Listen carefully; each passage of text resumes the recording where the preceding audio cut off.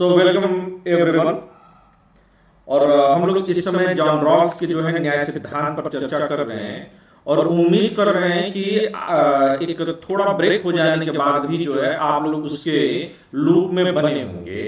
एक थोड़ा सा जो है दुखी हूं कि शायद जो लास्ट टाइम मैंने आप लोगों को लिखने के लिए कहा था वो आंसर राइटिंग किसी ने नहीं की है। एम आई राइट? वो आंसर राइटिंग किसी ने नहीं की है।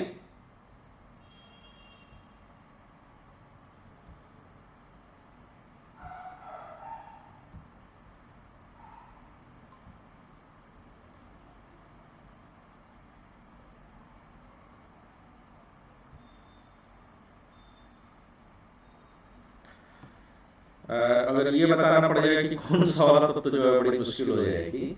महत्व वाला, हाँ कुछ तो मैंने दिया हुआ था, नॉट श्योर कि क्या टॉपिक था। लेकिन आंसर राइटिंग पर अब मैं थोड़ा ज्यादा फोकस करूंगा क्योंकि मैं फुर्सत से हूँ। आज का जो टॉपिक है वो काफी इंपॉर्टेंट है। इसके लिए आप लोगों को जो है थोड़ा ज्यादा जोर देना पड़ेगा और लिखना भी पड़ेगा। श्वेता, जहां तक ये पॉइंट था बेटा कि कौन सा पार्ट ज्यादा इंपॉर्टेंट है जिसको कि आप लिखना चाहोगे, ये आपका एक क्वेश्चन था। मुझे लगता है कि जो पीडीएफ में हम लोगों ने चर्चा की थी, चूंकि we are opening the theories, तो I think every single line is important. Even कि जॉन रॉल्स कैसे अपनी थ्योरी को डेवलप करते हैं। अब जैसे क्या है कि अगर बिल्कुल कंसाइज वे में जो है आप अपने नोट्स अभी पहली दूसरी दफा में बनाओगे तो आगे चल करके जो है आपको मटेरियल जुटाने में मुश्किल होगी। आई थिंक कि पहली बार में ही, लेकिन एकदम वो कहते हैं ना गपागप वाली स्टाइल में बना लेना कि एकदम हलवा टाइप का जो है बना लेना, वो हमारे लिए पॉसिबल नहीं होगा। अभी शुरुआती दौर में थोड़ा सा जो है डिटेल चलो, डिटेल चलने के बाद जब एक दो बार आप क्वेश्चंस करने शुरू करोगे, क्वेश्चन आंसर, तब ज्यादा जो है वो बेटर अपना फॉर्म बनाएगा। तो पूरा का पूरा पीडीएफ मेरे हिसाब से तुम अभी उतार लेना, ठीक है। पीडीएफ के आगे भी जितना पीडीएफ केवल उतने पे नहीं रहूंगा, मैं इसको और ज्यादा एक्सप्लेन करूंगा। अमर्त्य सेन वगैरह को भी मैं उठाने की कोशिश करूंगा आज न्याय सिद्धांत के तौर पर। तो जो नए थ्योरीज हैं उनको भी डेवलप करने की कोशिश की जाएगी। सो कंटिन्यू करें आज मिसिंग पुनीत टुडे।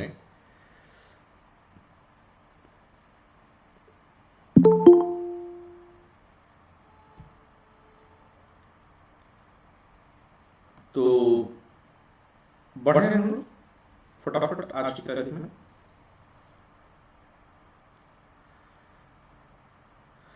न्याय को लेकर के जो है कि कुछ आवश्यक शर्तें, जब जॉन रॉल्स कहते हैं कि न्याय को हमें स्वीकार करना है, तो जॉन रॉल्स वहां पर न्याय की कुछ आवश्यक शर्तों की तरफ भी इशारा करते हुए नजर आते हैं।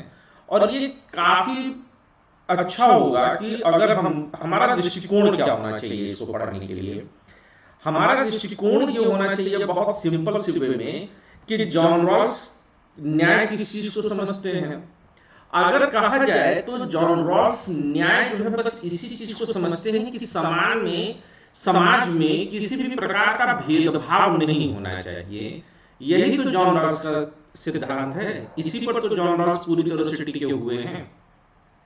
अगर हमने ये माना कि किसी भी तरह का भेदभाव नहीं होना चाहिए, तो फिर आगे जॉन रॉल्स उसको कैसे कैरी करते हैं। जॉन रॉल्स कहते हैं कि हम जो है अज्ञानता की अवस्था में चले जाएं, जहां न कोई हमको जानता हो, जहां न कोई हमको समझता हो, न हम अपने बारे में किसी अन्य तरह का पूर्वाग्रह रखते हो। और अगर ऐसी स्थिति में चले जाएं कि जहां पर हम अपनी सारी स्थिति को भूल जाएं कि अमीर हैं कि गरीब हैं कि सवर्ण हैं कि दलित हैं, तो फिर ऐसी दशा में हम जिस तरह का अपने आप को बना करके रखेंगे। अच्छा, किसी भी दार्शनिक को सोचते समय ये हमेशा याद रखिएगा कि विचार कैसे विचार करता है, ये उसके दिमाग को पढ़ने की जो है कोशिश करिए आप। तो उसका जो टाइम पीरियड होता है ना, वो उससे 4 कदम और आगे चलता है और वहीं पर जाकर के वो थम जाता है। और ये जॉन रॉल्स को समझना पड़ेगा कि आप कैसे हो, आप कौन हो, आप कैसे सोचते हो। तो सोचना ऐसा नहीं है कि अनंत में कोई चीज है और आपकी जो है यहां से कोई चुटियां निकली और वो जा करके उस अनंत में जो है विचार को उसने पकड़ लिया, पक, ऐसे नहीं पकड़ता। आपके सोचने के तरीके पर दो चीजें निर्भर करती हैं, या दो चीजों पर आपका सोचना निर्भर करता है। वो कौन कौन सी चीजें? सबसे ज्यादा महत्वपूर्ण है कि आपकी संगत कैसी है, किस तरह के माहौल में आप पलते बढ़ते हैं, यह बड़ा महत्वपूर्ण है। और अगर आप बहुत अच्छे विचारक हुए या बहुत अच्छा ब्रेन है तो आप उसके बीच से थोड़ा सा बच करके आगे तक निकल जाएंगे, लेकिन ऐसा नहीं है कि ये बहुत आगे निकल जाएंगे। आप अपने इर्द गिर्द के विचारकों को देखिए, स्वामी विवेकानंद को देखिए, आप तुलसी को देखिए। तुलसी या श्री राम के जो राज्य को जो है लोग देखने की कोशिश करते हैं। देश का वो परिस्थिति एक तरह से अपना समाज ही हुआ। अब राम राजा बनेंगे, कृष्ण राजा बनेंगे, इनमें से कोई भी जो है लोकतांत्रिक नहीं बनेगा, डेमोक्रेटिक नहीं है। ना राम डेमोक्रेटिक है, ना कृष्ण डेमोक्रेटिक है। आप डेमोक्रेसी के लक्षण को देख सकते हैं। राम ने भी अपनी राजगद्दी लव और कुश को ही दी, तो मतलब बिल्कुल साफ था कि जो परिस्थितियां हैं उससे थोड़ा सा आगे तक जाएंगे। जॉन रॉल्स भी जो है 1920 के आसपास की जो स्थिति रही होगी, पूरी तरह से पितृसत्तात्मक समाज रहा होगा, उसी आधार पर सोचे होंगे। तो उन्होंने कहा कि सब भुला लीजिए साहब, लेकिन पुरुष और नारी होना नहीं भुलाइएगा। ये जॉन रॉल्स बोलते नहीं है कि पुरुष और नारी होना भुलाइएगा मत, लेकिन जॉन रॉल्स इसे भूल जाने की भी बात नहीं करते हैं। ये इस पर हम लोग आगे चर्चा करेंगे। तो अब जॉन रॉल्स क्या कहते हैं कि वो कहते हैं कि साहब अज्ञानता का पर्दा है, किसी को कुछ पता नहीं है, कुछ नियम है हमारे, उन नियमों के आधार पर हम आगे बढ़ लें। क्या नियम है उनको भी एक बार जो है देख लेना चाहिए। वो कहते हैं कि दो नियम है कि आप कुछ नहीं जानते हैं तो ऐसी दशा में प्रत्येक व्यक्ति को सर्वाधिक मूल स्वतंत्रता का समान अधिकार हो, और यही अधिकार दूसरों को भी हो। सिर्फ आप ही को ना हो साहब, दूसरों को भी यह अधिकार होना चाहिए। तो यानी कि वह स्वतंत्रता की बात करते हैं, और स्वतंत्रता भी कैसी, समान स्वतंत्रता की। और अगले ही चरण वो कहते हैं कि यह समानताएं जो हैं यह पूरी तरह से समाप्त नहीं होंगी। जॉन रॉल्स कहते हैं, जॉन रॉल्स कहते हैं कि कुछ न कुछ असमानताएं बनी रहेंगी, और ये जो असमानताएं बनी रहेंगी उसके बीच में हमको वो रास्ता निकालना है कि न्यूनतम सुविधा प्राप्त व्यक्ति को सर्वाधिक लाभ मिले। और ये विषमताएं इस तरह से व्यवस्थित हों, ये भी आगे कहते हैं कि ये विषमताएं इस तरह से व्यवस्थित हों कि अवसर को उचित समानता के अंतर्गत सभी के लिए पद और स्थितियां खुले रूप में उपलब्ध हैं। इन नियमों के साथ वो कहते हैं कि जब न्यायपूर्ण एक समाज आप बनाने लगेंगे तो इस न्यायपूर्ण समाज में कई सारे आपके पास जो है सिद्धांत होने चाहिए जिन पर कि न्याय की स्थापना की जाएगी। यानी कि न्याय के सिद्धांत के लिए कुछ आवश्यक परिस्थितियां, यानी कि न्याय को सुनिश्चित करने के लिए कुछ परिस्थितियां बनानी पड़ेंगी। और इन पृष्ठभूमियों के बिना न्याय के किसी भी सिद्धांत की कल्पना करना बेकार है। यानी कि न्याय को कैसे सुनिश्चित किया जाए, इसके लिए कहते हैं कि ये दशाएं हैं कि पहला, न्याय संगत संविधान हो, यानी कि संविधान ऐसा हो जिसमें कि न्याय सुनिश्चित किया जा सके, समानता सुनिश्चित की जा सके, भेदभाव का। अब अगर जितने भी लोकतांत्रिक समाज को देखते हैं, फिलाडेल्फिया ट्रीटी के बाद के या द्वितीय विश्व युद्ध के बाद के जितने भी संविधान बनते हैं, वे सारे संविधान इसी तरफ दौड़ते हैं कि भेदभाव रहित समाज हो। धर्म, जाति, लिंग, वंश, जन्म स्थान, निवास स्थान या अन्य किसी भी आधार पर किसी भी तरह का भेदभाव न हो। तो संविधान चूंकि मूल विधि है, तो वो पहला न्याय संगत संविधान है। और न्याय संगत संविधान अपने आप में पूरी बात नहीं कहेगा। आप याद करिए राजेंद्र बाबू को, संविधान सभा में बैठे हैं और राजेंद्र बाबू क्या कहते हैं? कहते हैं कि हमने बड़ी मेहनत से साहब ये संविधान बना के दिया है, लेकिन ये संविधान ना बढ़िया है ना खराब है। ये उतना अच्छा है जितना अच्छा इसको चलाने वाले लोग होंगे, और यह उतना बुरा होगा जितना कि बुरा इसको चलाने वाले लोग होंगे। तो राजनीतिक प्रक्रिया का उचित रूप से संचालन होना चाहिए, क्योंकि अगर यही गड़बड़ी होगा साहब, यही तो जो है ऊपर शीर्ष पर बैठे हैं, समाज के शीर्ष पर ये राजनीतिक प्रक्रिया वाले लोग बैठे हैं। कहे कि अगर इसी का जो है संचालन सही ढंग से नहीं होगा तो संविधान न्याय संगत होने के बावजूद भी, न्याय संगत के संविधान के होने के बावजूद भी संविधान का या राजनीतिक प्रक्रिया का सही ढंग से अगर आप पालन और संचालन नहीं करते हैं तो फिर उस संविधान का कोई मतलब नहीं बनता है।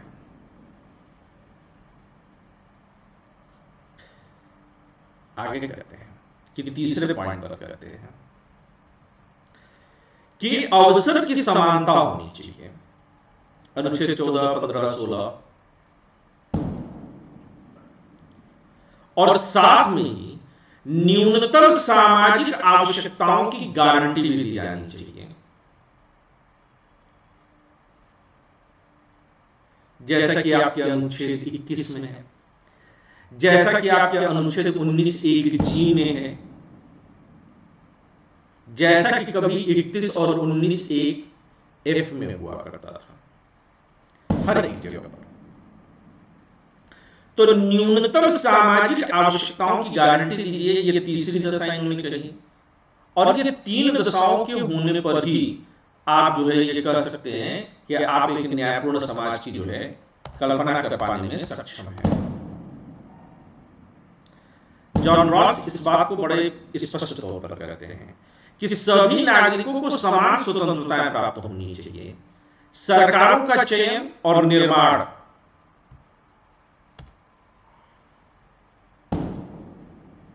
उचित राजनीतिक प्रक्रिया द्वारा ही होनी चाहिए। सभी की समान शैक्षिक, आर्थिक व राजनीतिक सुविधाएं प्राप्त रहें।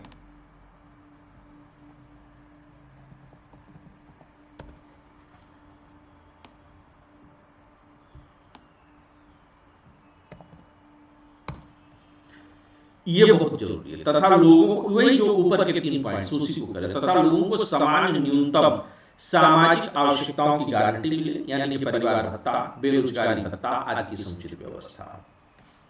यानी कि जब मुलायम सिंह की सरकार उत्तर प्रदेश में थी तो मुलायम सिंह ने कहा कि हम बेरोजगारी भत्ता देंगे।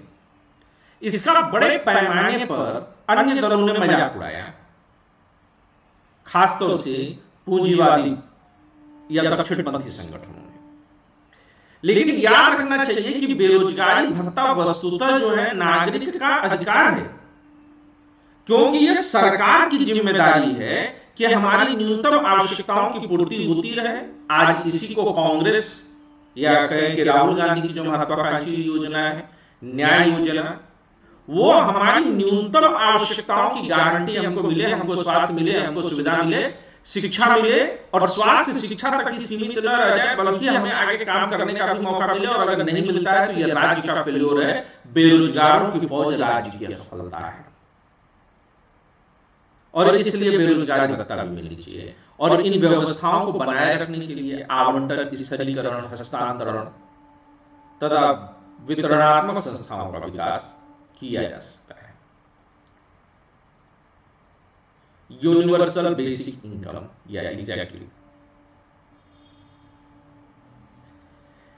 इस प्रकार जॉन रॉल्स ने न्याय सिद्धांत में कुछ महत्वपूर्ण समस्याओं पर विचार किया है, जिनमें से प्राथमिक वस्तुओं, सेवाओं और लाभों की समस्या प्रमुख है। तो अब ये कह रहे हैं कि क्या समस्याएं उभरेंगी। जॉन रॉल्स अब इस चीज पर आते हैं। जॉन रॉल्स कहते हैं कि न्याय शुद्ध प्रक्रियात्मक व वितरणात्मक स्वरूप रखता है, यानी कि क्षमताओं के आधार पर जॉन रॉल्स ने प्रक्रियात्मक तथा वितरणात्मक न्याय के द्वारा अपने सामाजिक न्याय के लक्ष्य को प्राप्त करने का प्रयास किया है।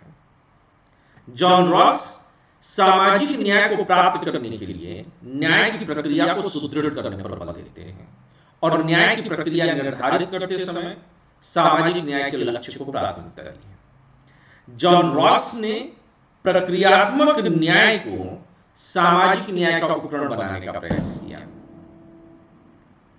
और इसी कारण जॉन रॉल्स ने कहा है कि समाज रूपी कड़ी को मजबूत बनाने के लिए इसकी सबसे कमजोर कड़ी को ही तलाश करके बार बार सुदृढ़ बनाने की प्रक्रिया अपनाने पर ही इनका जोर रहा है।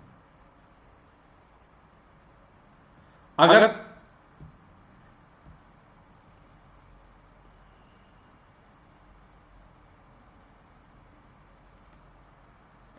पर ही जो है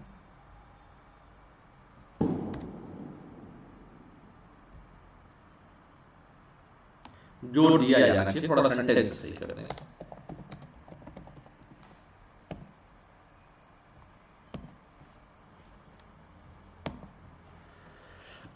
यानी कि ये कहते हैं कि जहां पर इसको पहले भी आप देख चुके हैं कि जब हम लोग ये देख रहे थे कि उन्होंने जो है न्याय के सिद्धांत के लिए जो है कुछ नियम बताए, तो उन नियम में जो दूसरा का क वाला हिस्सा है जो अभी हम लोग देख रहे थे, उसमें उन्होंने कहा कि न्यूनतम को सबसे ज्यादा लाभ मिलना चाहिए। तो वो कह रहे हैं कि जब तक कमजोर कड़ी को नहीं तलाशेंगे, आप यहां पर गांधी को भी आप ढूंढ सकते हैं। जब गांधी कहते हैं कि वह कॉर्नर में, वह पंक्ति में जो सबसे आखिरी में खड़ा है, जो सबसे निर्बल है, जो सबसे दुर्बल है, उसके प्रति राज्य की सबसे ज्यादा जिम्मेदारी बनती है। यानी कि गांधी का जो अंत्योदय का दर्शन है, आपको मेंशन करना पड़ेगा यहां पर। ये आप चाहिए तो ब्रैकेट में डाल दीजिए कि गांधी के अंत्योदय दर्शन के अनुरूप, क्योंकि गांधी के पहले के हैं। तो ये कहते हैं कि गांधी के अंत्योदय दर्शन के करीब आप जाइए और गांधी से पूछिए कि गांधी क्या करना चाहते हैं, और गांधी आपको बताएंगे। तो जो सबसे कमजोर है, मैं क्लास में अक्सर करके इस बात का जिक्र करता हूं, मैं हमेशा ये कहता हूं कि जो सबसे क्लास में कमजोर बच्चा है, उसके प्रति मेरी जिम्मेदारी सबसे ज्यादा है। सबसे क्रीम बच्चे के प्रति मेरी जिम्मेदारी सबसे कमजोर है, क्योंकि वो तो आगे बढ़ ही रहा है। जो नहीं चल पा रहा है, घर परिवार में भी आप यही काम करते हैं। जो सबसे छोटा बच्चा है, जो सबसे बुजुर्ग इंसान है, उसको आप ज्यादा केयर देते हैं, क्योंकि तभी सबको आप एक साथ लेकर के चल सकते हैं। तो जॉन रॉल्स हमेशा इस बात को कहते हैं कि समाज को अगर न्यायपूर्ण बनाना है, तो इसकी सबसे कमजोर कड़ी को तलाशिए और बार बार, एक बार नहीं, दो बार नहीं, तीन बार नहीं, बार बार इसको मजबूत बनाने की कोशिश करिए।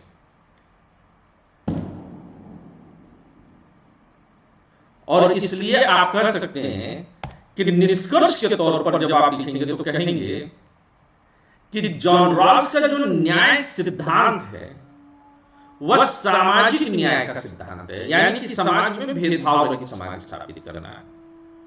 और जॉन रॉल्स और उनकी पुस्तक इस मायने में 20वीं सदी के साथ साथ आधुनिक युग में भी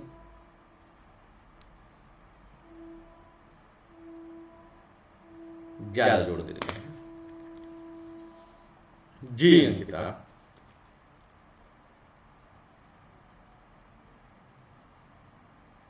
थ्योरी ऑफ जस्टिस, इस तरह से आप कह सकते हैं, काफी महत्वपूर्ण है। आइए जरा जॉन रॉल्स के जो न्याय सिद्धांत हैं उसको थोड़ा और डूबा जाए, उसको तलाशा जाए कि उसमें हम और क्या पा सकते हैं।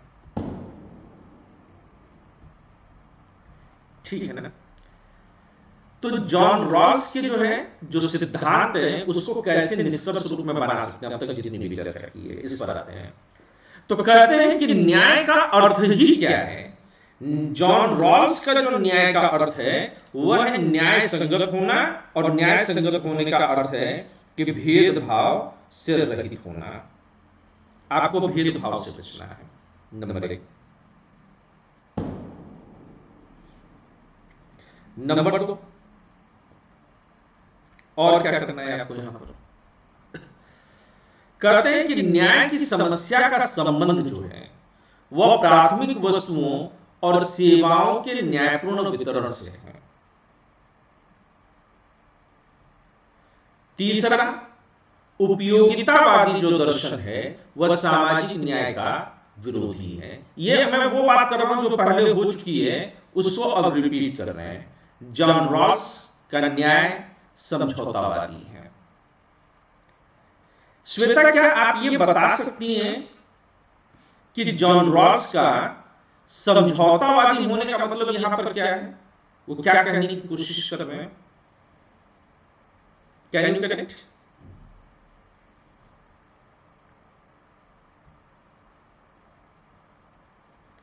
कौन उंगली उठा करके बोल सकता है कि वो क्या बताने की कोशिश कर रहा है?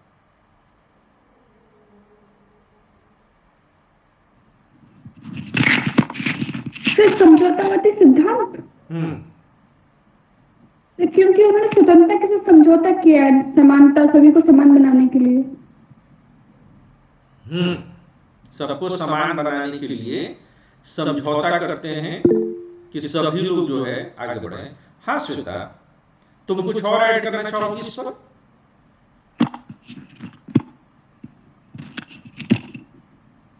हाँ, अपना कुछ कहना चाहो? फिर वही ऐसे समझौतावादी सिद्धांत पूरा। हाँ, और कुछ हो सकता है। चलो डन, तो आगे बढ़ते हैं।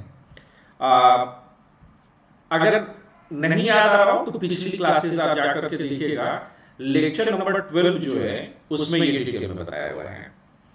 फिर ये समझौता करने के लिए कह रहे हैं कि आज की स्थिति में समझौता नहीं होगा। जॉन रॉल्स कहते हैं कि मूल स्थिति में जब आप अपने सामाजिक पूर्वाग्रहों से मुक्त हो, अज्ञान के पर्दे के साथ हो सकता है। न्याय के लिए उचित प्रक्रिया का होना आवश्यक है। न्याय का ध्येय जो होना चाहिए वह कमजोर वर्ग को उन लाभों से परिपूर्ण करना है जो उसे अब तक नहीं मिले, यानी कि कमजोर को सबसे अधिक जो है ध्यान दिए जाने की आवश्यकता है। समान स्वतंत्रता व अवसर की समानता न्याय सिद्धांत के मेरुदंड हैं। इनके बिना न्याय की कल्पना करना बेकार है। प्रक्रियात्मक न्याय ही वितरणात्मक न्याय और सामाजिक न्याय का आधार है। चल, हाँ बोलो। वो एक वाला फिर से समझा दीजिए। क्या? ये समान स्वतंत्रता अवसर की समानता न्याय सिद्धांत के मेरुदंड है। समान स्वतंत्रता और अवसर की समानता, इसका समान स्वतंत्रता का मतलब यह है कि जितनी स्वतंत्रता मुझको मिलनी चाहिए उतनी स्वतंत्रता तुमको भी मिलनी चाहिए। जो पहला सिद्धांत था इनका, जो इन्होंने 2 सिद्धांत दिए थे, उसमें पहला इन्होंने यही दिया था कि सबको जो है बराबर जो है स्वतंत्रता होनी चाहिए, किसी की स्वतंत्रता कम या किसी की स्वतंत्रता ज्यादा नहीं होनी चाहिए। और अवसर की समानता का मतलब यही है कि सबको जो है एक बराबर अवसर मिले जिसमें कि वह अपनी क्षमताओं का भरपूर दोहन और भरपूर प्रयोग कर सके। याद है नहीं आया तो हम लोग पीछे मुड़ सकते हैं श्वेता।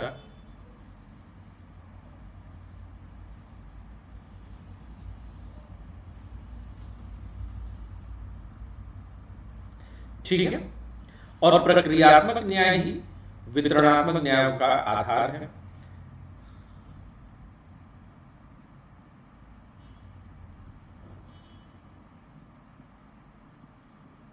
और कहते हैं कि न्याय की प्राप्ति के लिए यह सामाजिक, आर्थिक व राजनीतिक संस्थाओं का न्याय संगत होना आवश्यक है। यहां पर इनके कहने का मतलब क्या है, मैं इसको करेक्ट कर देता हूं।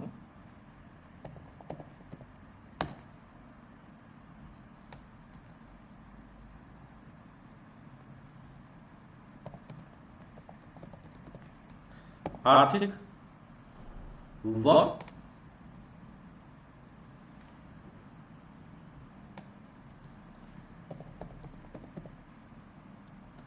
राजनीतिक संस्थाओं का न्याय संगत होना जरूरी है। न्याय संगत संविधान ही न्याय की प्राप्ति का साधन है। ये 11 पॉइंट में अगर आप कहेंगे तो जॉन रॉल्स के बारे में जो कुछ भी पढ़ा है आपने, उसका आप एक जगह मूल्यांकन कर सकते हैं। ठीक है, अब आइए जरा इनके जो है सिद्धांत का जो है हम लोग मूल्यांकन करके देखें कि यह किस तरह की बातें कर रहे हैं।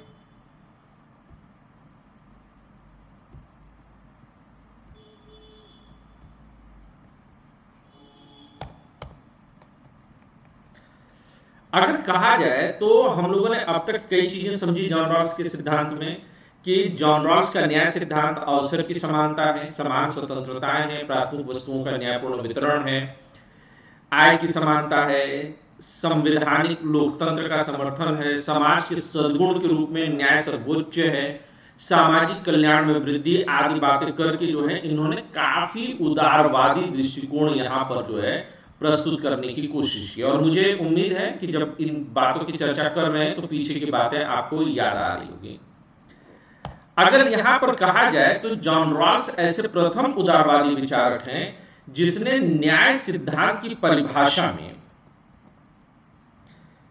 सामाजिक या समाजवादी गुण कौन से होते हैं, आर्थिक असमानता, अवसरों की समानता आदि पर विचार किया है। यहां पर महत्वपूर्ण है कि जॉन रॉल्स का जो खुद का झुकाव है वह बहुत अधिक समाजवादी नहीं है। ये जिस तरह के वितरणात्मक न्याय को लेकर के चलते हैं वह पूंजीवादी अर्थव्यवस्था में संभव है या पूंजीवादी सामाजिक, राजनीतिक, आर्थिक दशा में संभव है।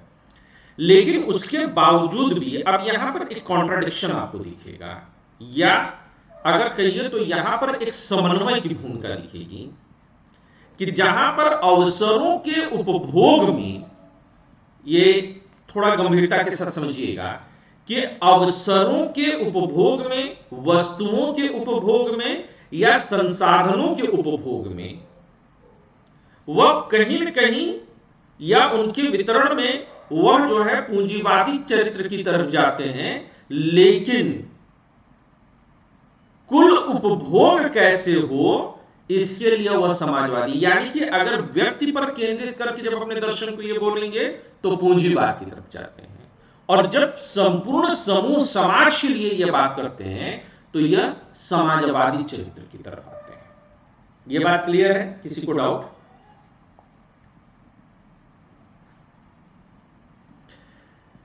जॉन रॉल्स इस बात को कहते हैं कि जिस तरह सत्य चिंतन का, सर ये आर्थिक असमानता, हाँ आर्थिक असमानता,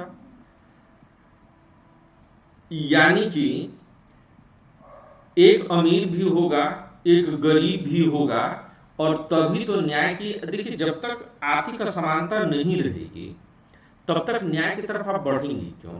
तो जॉन रॉल्स इस बात को स्वीकार करते हैं कि आर्थिक असमानताओं के मध्य ही हमें जो है न्याय को, एक्चुअली में कई बार हमको ये लगता है कि जॉन रॉल्स ये समझते हैं, जॉन रॉल्स को लेकर के, कि ये पूरी तरह से समानता जो है प्राप्त हो जाएगी। जॉन रॉल्स इस बात को मानते हैं कि पूरी तरह से समानता नहीं होगी, वह कुछ हद तक असमानता बनी रहेगी, कंप्लीट समानता नहीं आ सकती है, अमीर गरीब का भेद बना रहेगा। समझे?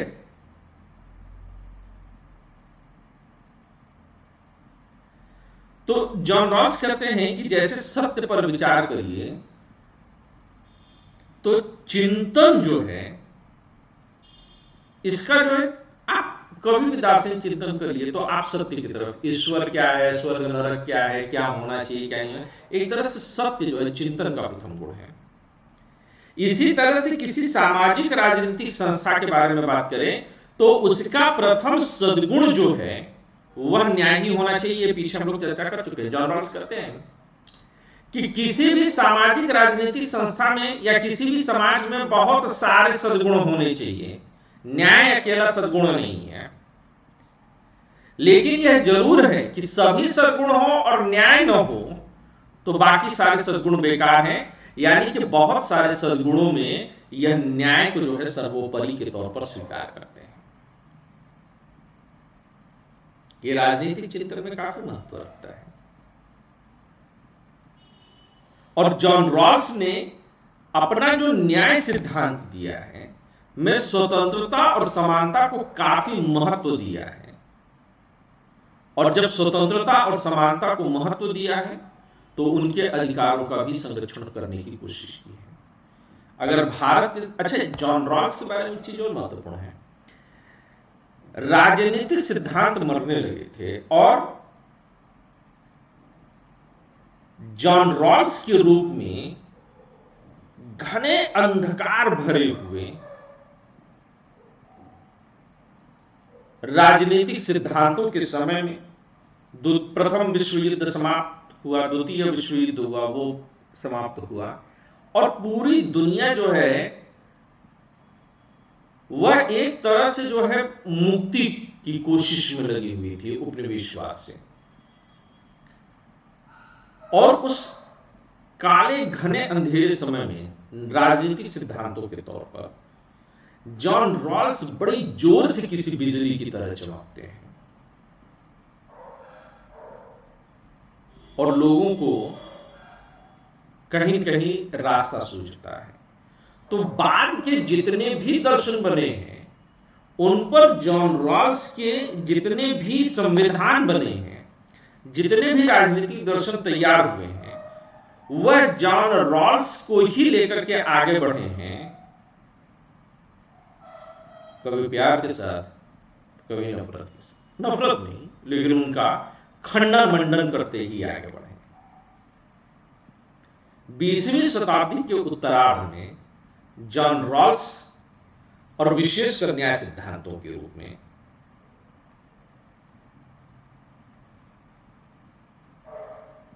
ध्रुव तारे जैसे हैं। या तो आप उस दिशा में बढ़ते हैं या अन्य दिशा में भी बढ़ते हैं, तो उसका मापदंड जो है वो ध्रुव तारा ही है। और भारतीय संविधान का रचना काल भी उसी समय का रहा है जब राजनीतिक सिद्धांतों को पुनर्जीवित करने का काम जॉन रॉल्स कर रहे थे। और सामाजिक न्याय की अवधारणा इसलिए भारत में काफी महत्व है। जब भारतीय संविधान का निर्माण हुआ तो भी इसकी आवश्यकता पड़ी। हमने भारतीय संविधान में अनुच्छेद 15, 16, 17 विशेष तौर से समर्पित किया सामाजिक न्याय के लिए। हमारा जो पूरा का पूरा डीपीएसपी है, राज्य के नीति निर्देशक तत्व है, रानी नीता है, ये इसी सामाजिक न्याय की परिपाटी को आगे बढ़ाते हैं। और पिछले दशक से अगर देखा जाए तो सामाजिक न्याय का विचार यह और बढ़ा है। आरक्षण के रूप में उसी सामाजिक भेदभाव की चर्चा की गई है जब कमजोर को ऊपर उठाने की हमको ज्यादा जरूरत पड़ती है। और पिछले कुछ दशक से अगर देखा जाए तो सामाजिक न्याय का विचार भारतीय राजनीतिक समाज का प्रमुख अंग बन चुका है। एक बार फिर से मैं बेरोजगारी भत्ता की बात करूंगा। एक बार आप अगर देखिए तो राहुल गांधी की जो न्याय योजना है, वह न्याय योजना अपने आप में बड़ी कमाल की योजना है, वह भी इसी तरफ जाती है। या मायावती, मुलायम सिंह और लालू प्रसाद यादव को लोगों ने जातिवादी जो है राजनीतिक विचारक या राजनेता कह करके बहुत क्रिटिसाइज करने की कोशिश की है। लेकिन आप वर्तमान भारतीय समाज की कल्पना उस दशा के बगैर नहीं कर सकते हैं कि जब लालू, कांसीराम, मायावती वगैरह ना हो तो क्या आपको लगता है कि दलितों और पिछड़ों के वो अधिकार जो आज की तारीख में सुनिश्चित किए गए हैं किए जा सकते थे? इसीलिए लालू प्रसाद यादव को सामाजिक न्याय का पुरोधा कह करके कई बार बोला जाता है। हालांकि हर एक चीज के अपने जो है उजले और काले दोनों पक्ष होते हैं, इनके भी हैं। सामाजिक न्याय की अवधारणा यह भारतीय समाजवादी दर्शन और सर्वोदय के काफी निकट है। अब देखिए गांधी आ गए।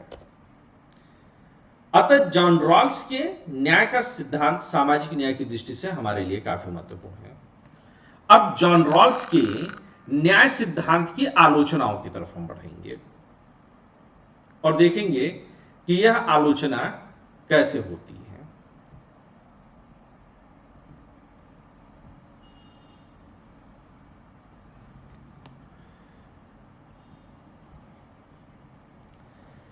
सबसे पहले अगर इनके न्याय सिद्धांत की आलोचना के बारे में करें तो हमें माइकल सैंडल द्वारा, कुछ हम दार्शनिकों के जरिए पहले इसको करा देते हैं, फिर धीरे धीरे एक एक करके हम कदम आगे बढ़ाएंगे।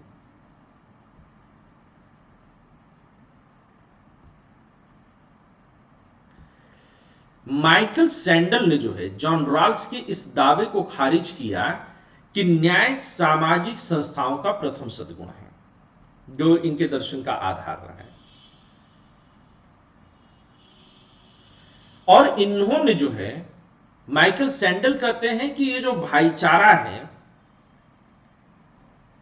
यह गुण या तो न्याय से अधिक महत्वपूर्ण या समान महत्वपूर्ण है। वो कहते हैं कि जब तक आपके अंदर भाईचारा है, आपके अंदर परोपकार का भाव है, तब तक व्यक्तियों में संघर्ष नहीं होगा। नहीं तो अगर भाईचारा नहीं होगा तो अपना भाई भी किसी दिन चारा बन जाएगा। वो कहते हैं वहां पर न्याय की कोई अपील नहीं होगी। जहां पर भाईचारा होगा, घर में हम न्याय की दुहाई नहीं देते हैं, आपस में मिल बांट करके खा लेते हैं, न्याय की आवश्यकता नहीं पड़ती है।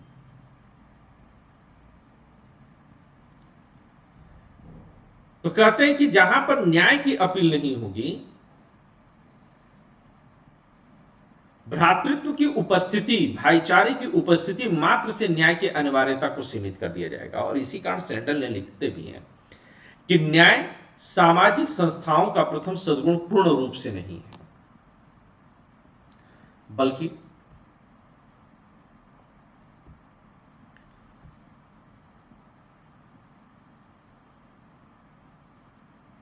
यह सशर्त आता है। न्याय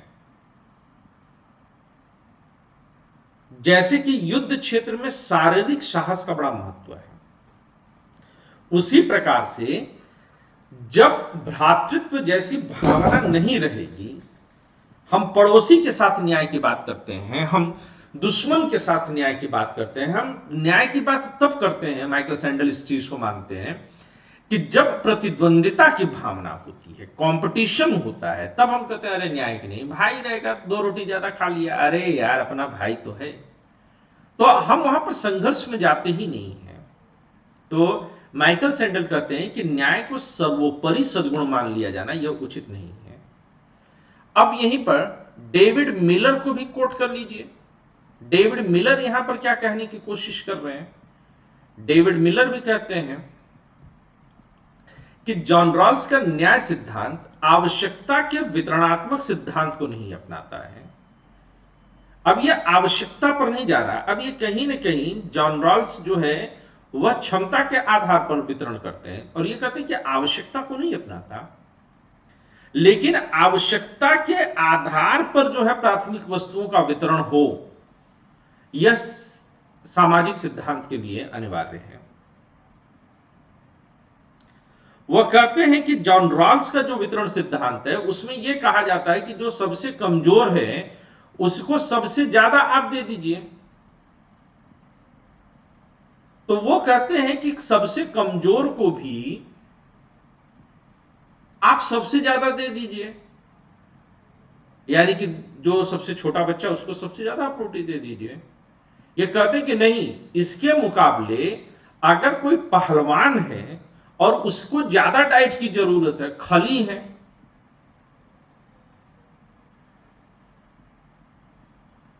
और आपके आलिया भट्ट हैं, आलिया भट्ट शरीर से कमजोर है, खली मजबूत है, तो अगर कमजोरी को लेकर के देखें तो क्या आलिया भट्ट को जो है आप जो है रोज जो है 4 दर्जन अंडा खिलाएंगे, 4 दर्जन केला खिलाएंगे, 20 लीटर दूध पिला देंगे, और आलिया ने अगर एक बार खा लिया तो उनके तो प्राण तक निकल लिया।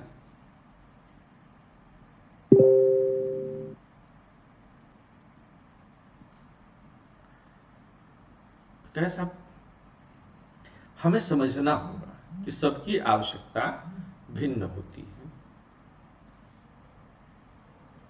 और हमें उसी के हिसाब से ही चलना होगा, हमें उस पर ही जोर देना होगा कि आवश्यकता किसकी कितनी है, और जिसको जितनी आवश्यकता है उतना दिया जाए तब न्याय सुनिश्चित होगा। अच्छा, एक चीज और आप लोग ध्यान दीजिएगा, जब जॉन रॉल्स को पढ़ रहे थे तब लग रहा था अच्छा जॉन रॉल्स ठीक बात कर रहा है, very good John Rawls, you are a good boy, मन में यह भाव आया था आपके।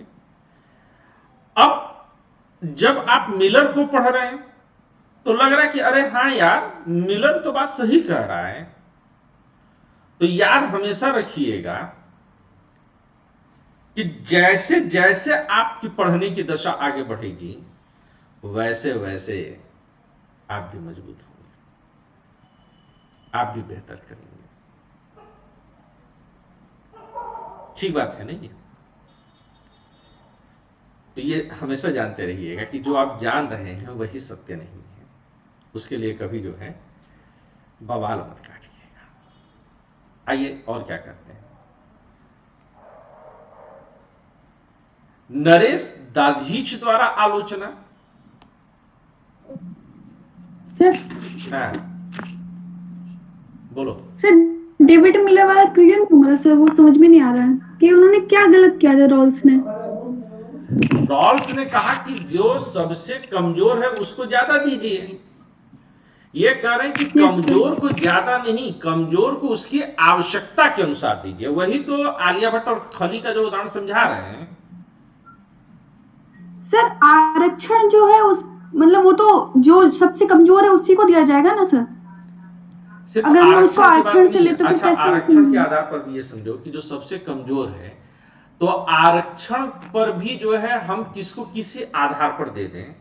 आरक्षण के लिए भी अलग अलग समाजों में अलग अलग आवश्यकता हो सकती है, एक ही तरह का आरक्षण हर जगह तो नहीं दिया जा सकता। Yes sir. तो वही कह रहे हैं कि एक ही तरह का आरक्षण या एक ही तरह की जो है केवल कोई कमजोर है इसलिए उसको सबसे ज्यादा दे दिया जाए। आप प्राथमिक वस्तुओं पर चलिए ना, थोड़ा आपको समझने में। यस। प्राथमिक वस्तुओं में भोजन को ले लीजिए। यस। अब अगर भोजन ले लिया तो जो सबसे कमजोर है, खाना लगा हुआ है और एक आदमी 9 दिन का उपवास करके खाने की टेबल पर बैठा है, तो जाहिर सी बात है कि उसकी शरीर कमजोर होगी, क्योंकि 9 दिन से उसने अन्न ग्रहण नहीं किया है, मालपुआ भी नहीं खाया है, ड्राई फ्रूट्स भी नहीं खाया है। और एक आदमी जो रोज वर्जिश करता है और दबा करके खाता है, तो क्या जो कमजोर है उसको उसी आधार पर जो है उसको उस दिन आप ड्राई फ्रूट्स पिस्ता खिला देंगी, और जो ताकतवर है उसको और जो वर्जिश कर रहा है उसको आप कम देंगी? प्राथमिक वस्तु का जो है वितरण कर। No sir. आप किस आधार पर Yes, sir. वितरण कर देंगे? जो 9 दिन के बाद उठा हुआ है उसको तुरंत ड्राई फ्रूट्स नहीं दे सकती हैं, उसको आपको जो है खिचड़ी ही खिलानी होगी, सबसे सादा खाना खिलाना जी होगा। सर। इसी बात की चर्चा तो जो है ये कर रहे हैं। जी अब सर। क्लियर है मिलर का? Yes sir. अब नरेश दाधीच के लिए आ जाइए। नरेश दाधीच क्या कहते हैं?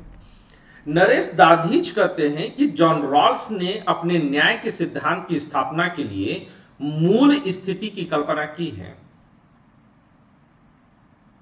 और जो मूल स्थिति की कल्पना की है वह अपूर्ण चित्रण है। अब नरेश दाधीच जो है वो कहां जा रहे हैं?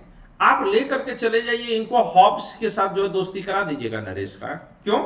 क्योंकि जॉन रॉल्स कहते हैं कि मूल स्थिति में प्रत्येक व्यक्ति विवेकी है और वह सिद्धांतों के अंतर्गत आकर के समझौता कर रहा है। लेकिन ईमानदारी की बात है कि मनुष्य अपनी प्राकृतिक अवस्था में इतना विवेकी नहीं होगा, उसमें स्वाभाविक प्रवृत्तियां होंगी और उसमें अच्छाई और बुराई दोनों होगा, जबकि जॉन रॉल्स के मूल स्थिति वाले व्यक्ति में सिर्फ अच्छाई ही अच्छाई है। तो नरेश दाधीच काफी हद तक सही है, आप मानेंगे? जॉन रॉल्स ने अज्ञान के पर्दे का जिक्र किया और न्याय सिद्धांत को अविवेकी और भ्रामक बता दिया।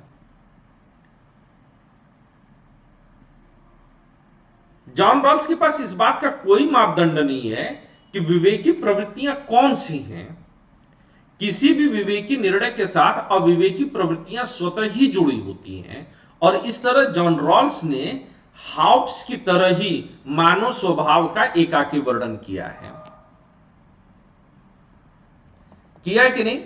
जॉन रॉल्स जो है उसको अच्छा अच्छा मान लेते हैं, जबकि हॉब्स प्राकृतिक अवस्था में गए हुए व्यक्ति को अनिवार्य तौर पर जो है खुरंगेजी मानते हैं, छीन झपट करने वाला मानते थे। तो अगर हॉब्स केवल बुरा बुरा मान रहे थे तो जॉन रॉल्स केवल अच्छा अच्छा मान रहे थे। साहब है तो दोनों ही, हम थोड़े ऐसे भी हैं, हम थोड़े वैसे भी हैं। तो इस तरह से जॉन रॉल्स ने समानता स्वतंत्रता की बात करके भी राजनीतिक सिद्धांत पर ही अधिक जोर दिया है, और इस कारण अगर जॉन रॉल्स का सिद्धांत कहा जाए तो अतार्किक है, असंगत है ना?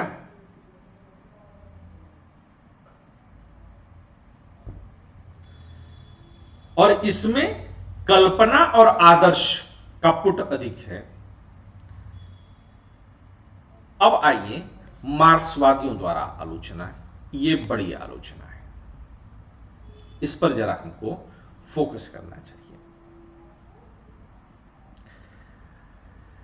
सीबी मैकफर्सन को अगर हम लें तो सीबी मैकफर्सन का कहना है कि जॉन रॉल्स पूंजीवादी अर्थव्यवस्था का पोषक है, और जॉन रॉल्स भी यहां पर निजी स्वामित्व वाली व्यवस्था का ही समर्थन करते हैं, क्योंकि उनकी दृष्टि में निजी स्वामित्व वाली व्यवस्था ही व्यक्तिगत स्वतंत्रताओं की अधिक संरक्षण है। जॉन रॉल्स के हिसाब से कि वो स्टेट को मना करते हैं, जॉन रॉल्स, ए स्टेट तुम मत आना, तुम थोड़ा दूर रहना, इस तरह से, क्योंकि स्टेट अगर आएगा तो स्टेट का हस्तक्षेप होगा, और जॉन रॉल्स कहते हैं कि हस्तक्षेप मत करो, लोगों को खुद समझने दो, जबकि और जब लोग खुद समझेंगे तो लोग तभी समझेंगे जब वो प्रॉपर्टी के ओनर होंगे। तो जॉन रॉल्स निजी स्वामित्व की वकालत करते हैं, इसीलिए मैं लगातार इनको पूंजीवादी अर्थव्यवस्था वाला मान रहा था। लेकिन मैकफर्सन जैसे विचारक ये मानते हैं कि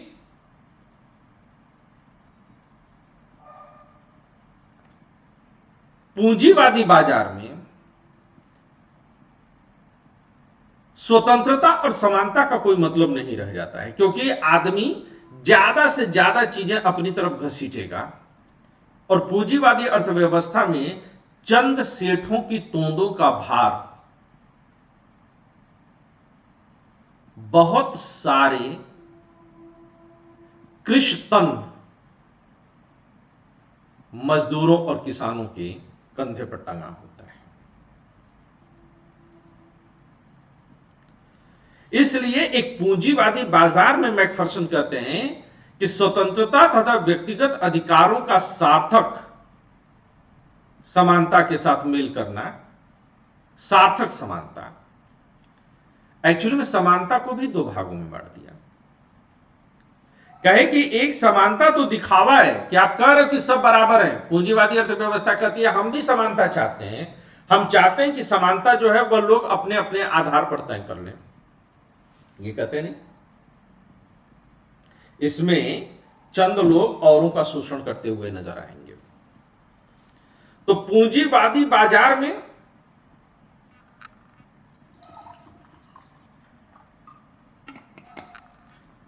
सार्थक समानता संभव नहीं है।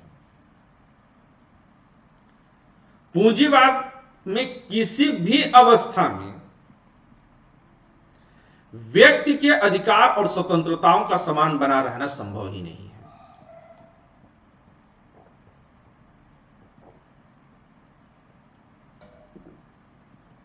मिल्टन, फिस्क और रिचर्ड मिलर यहीं पर, ये और जो है मार्क्सवादी हैं,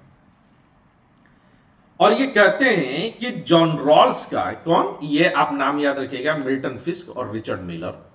आपने इसके पहले डेविड मिलर के बारे में बात की थी, अब हम डेविड मिलर के बारे में बात नहीं कर रहे हैं।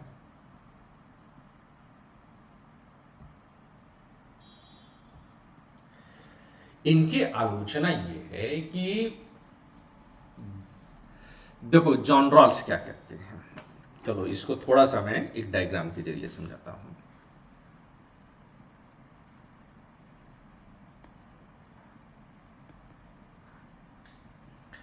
जॉन रॉल्स क्या कहते हैं,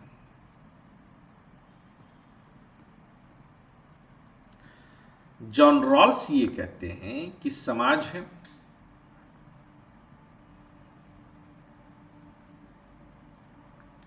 और समाज में सब स्वतंत्र हैं।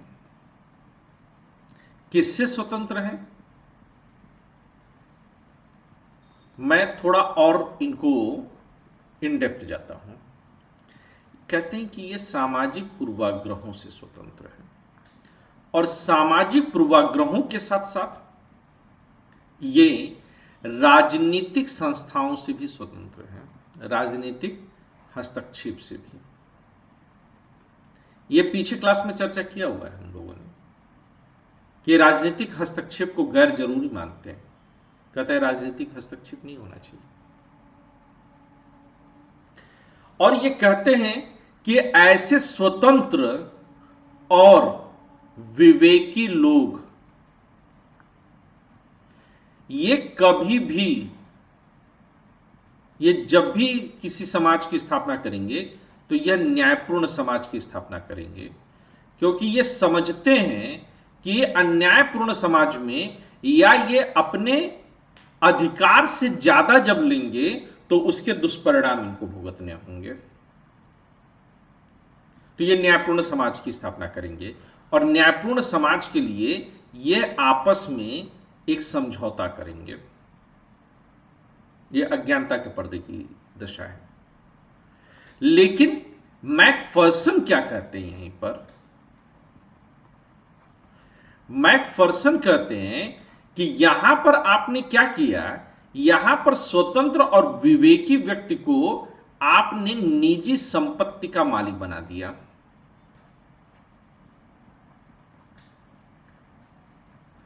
और स्वयं जॉन रॉल्स कहते हैं कि पूरी तरह से आर्थिक समानता संभव ही नहीं है।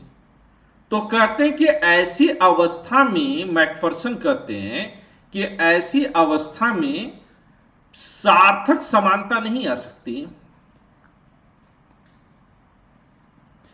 क्योंकि ये अब मैकफर्सन जॉन रॉल्स को जो कहते हैं कि आप निजी संपत्ति के बारे में बात कर रहे हैं, पूंजीवाद के बारे में बात कर रहे हैं, और पूंजीवाद का जितना भी हमने कैरेक्टर चरित्र देखा है उसमें कहीं पर भी एक्चुअल समानता नहीं है।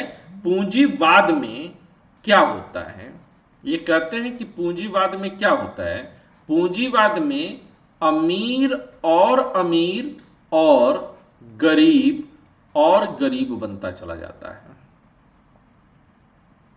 ये बनता ही है।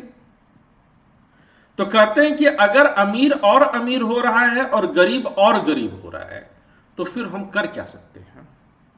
तो ये कहते हैं कि यहीं पर हस्तक्षेप करने की आवश्यकता है।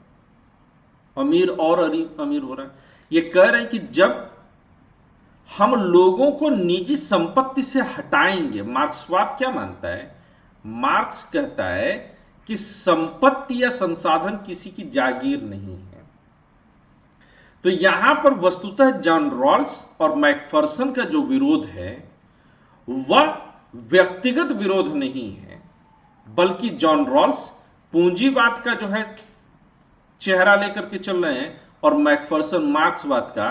तो जो अंतर हमेशा समाजवाद और पूंजीवाद का रहता है, ठीक वही आलोचना जो है मैकफर्सन उसी आधार पर करते हैं। ठीक है श्वेता, अब क्लियर है?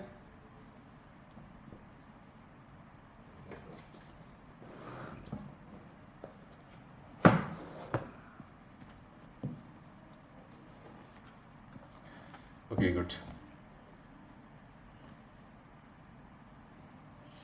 जरा लिखिए आप, जरा लिखिए तो आप लोग यहीं पर थोड़ा सा लिख लीजिए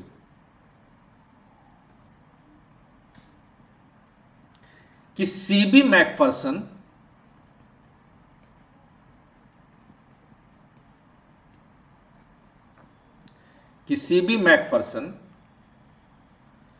अपनी किताब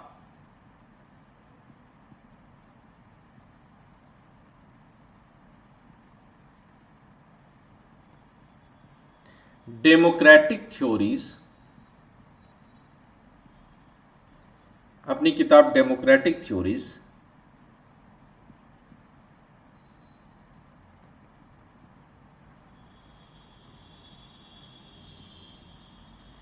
essays in retrieval,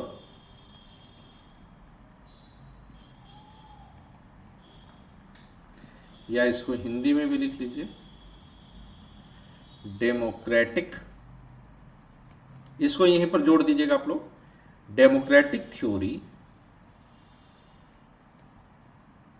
sorry Hindi में थ्योरी, एसेस इन रिट्रीवल में यह तर्क देते हैं, डेमोक्रेटिक थ्योरी एसेस इन रिट्रीवल में यह तर्क देते हैं कि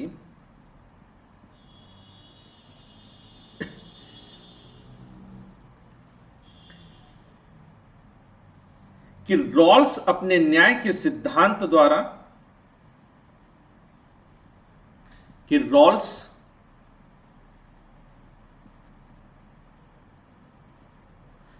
अपने न्याय सिद्धांत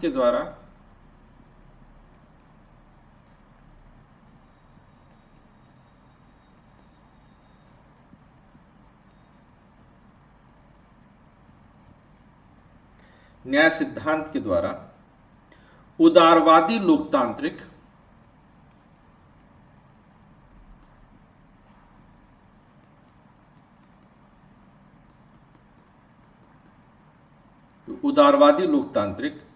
पूंजीवादी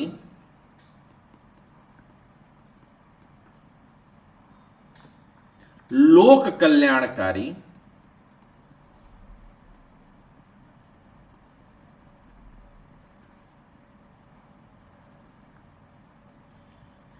राज्य का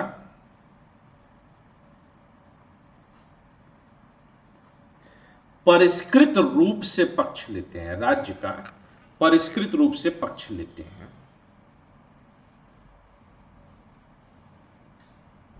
परिष्कृत रूप से पक्ष लेते हैं।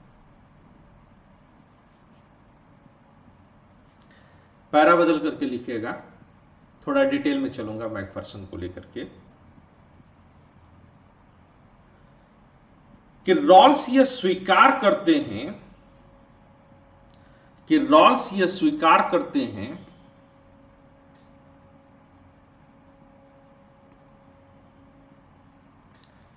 कि रॉल्स यह स्वीकार करते हैं कि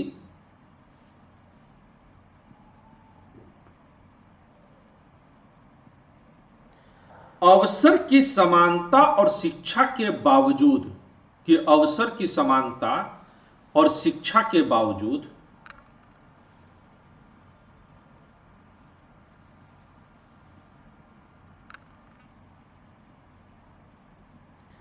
परिवार की संस्था के कारण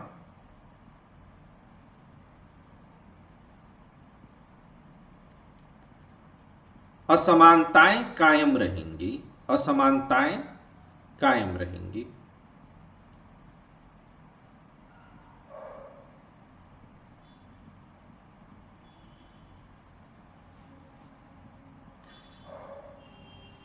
अपने तर्क को स्पष्ट करने के लिए, अपने तर्क को स्पष्ट करने के लिए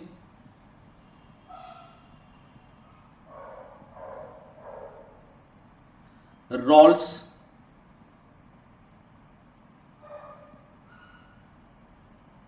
उद्यमी वर्ग के सदस्य के बेटे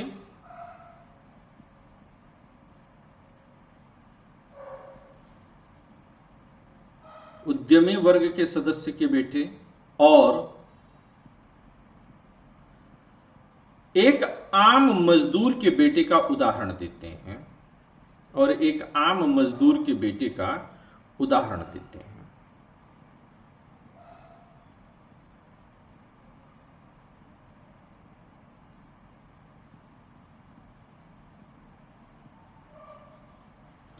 वे मानते हैं कि, आगे लिखिएगा, वे मानते हैं कि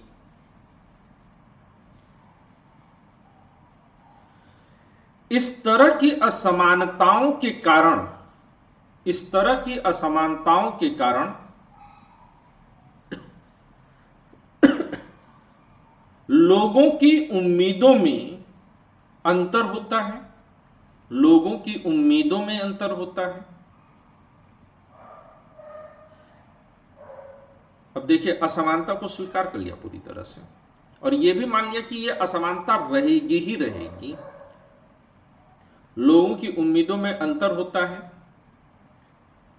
यह अंतर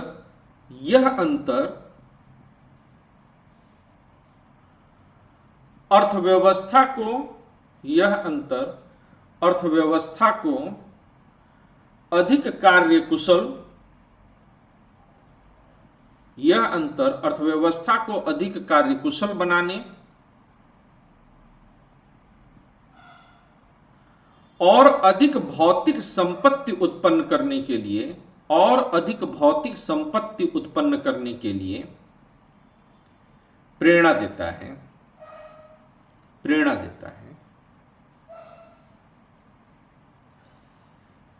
इससे हर किसी को फायदा होता है।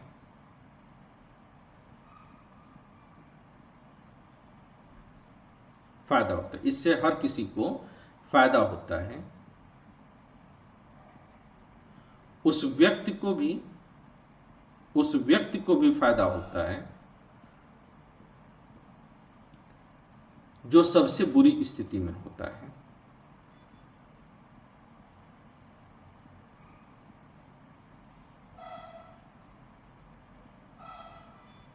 इसलिए रॉल्स यह खुद स्वीकार कर बैठते हैं कि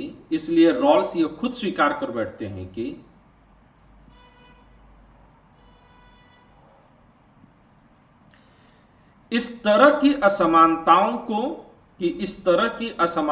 को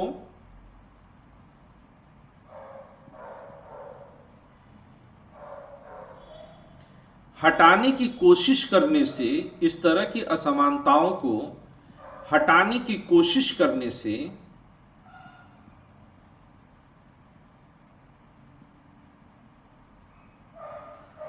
बहुत अधिक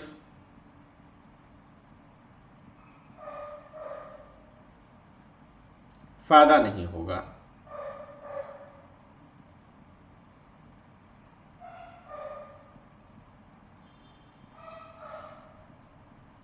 और यहीं पर मैकफर्सन यह मानते हैं कि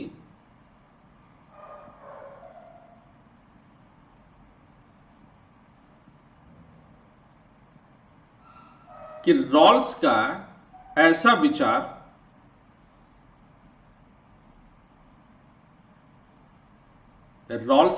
विचार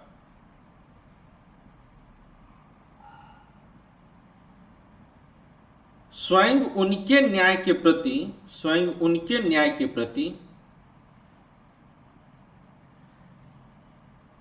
की शुरुआती वचनबद्धता के विपरीत है।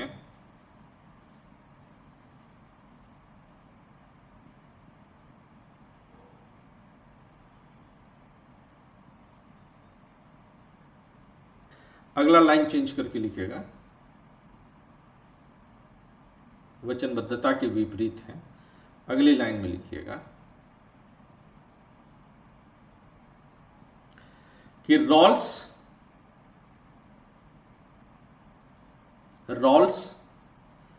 आय और संपत्ति पर आधारित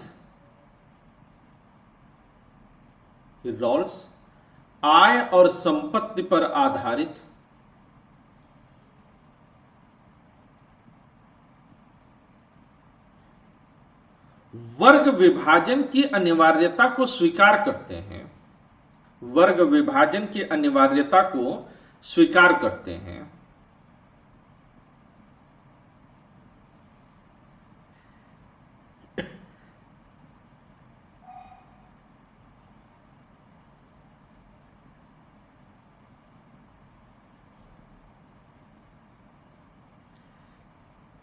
मैकफर्सन का तर्क है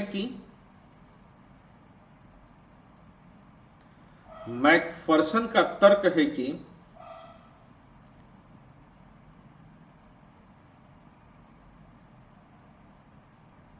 इस तरह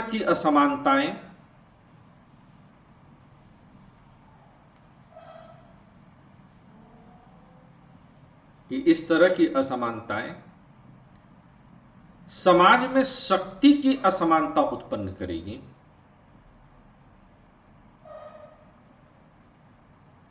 इस तरह की असमानताएं समाज में शक्ति की असमानता उत्पन्न करेगी,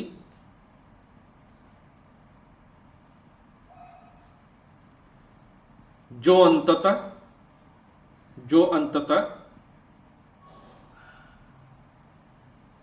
समाज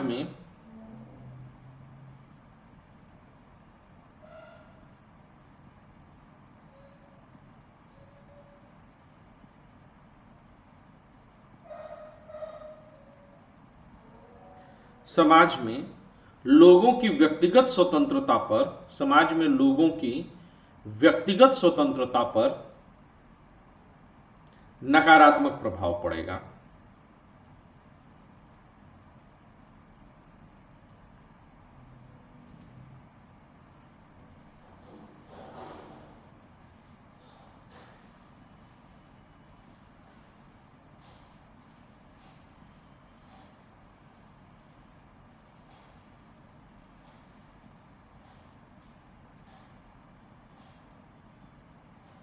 आगे लिखिएगा,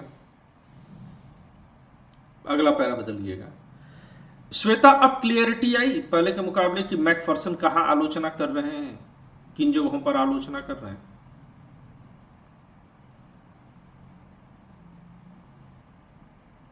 आगे जरा इसको और डिटेल कर लीजिए,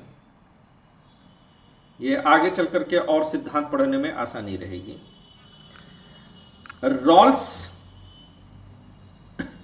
रॉल्स यह स्वीकार करते हैं कि उनका सिद्धांत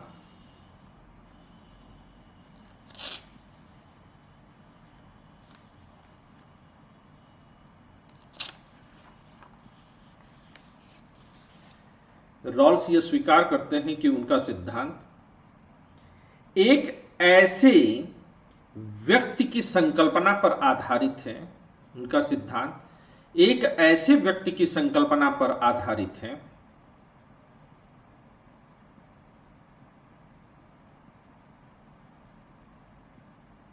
जो स्वतंत्र है और दूसरों के समान है।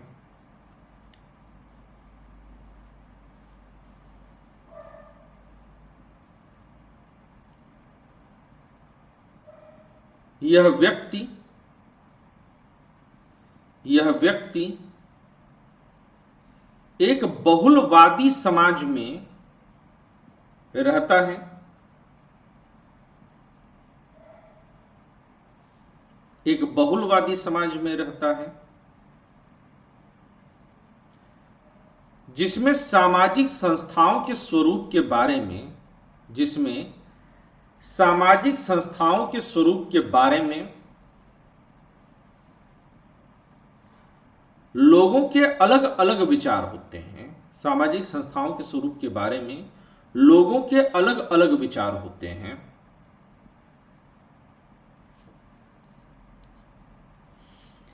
साथ ही व्यक्तियों के बीच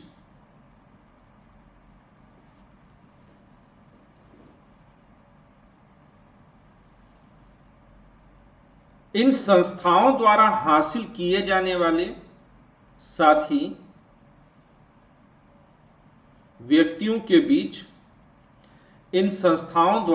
हासिल किए जाने वाले लक्ष्यों के बारे में भी असहमति होती है।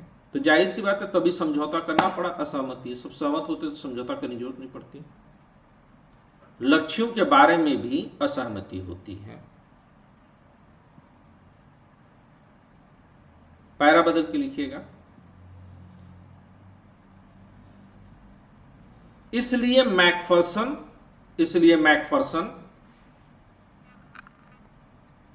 यह मानते हैं कि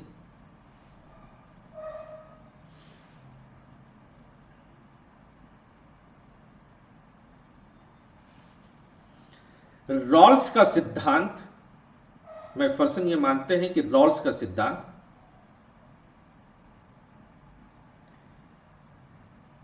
न्याय का ऐसा सार्वभौमिक विवरण नहीं है। न्याय का ऐसा सार्वभौमिक विवरण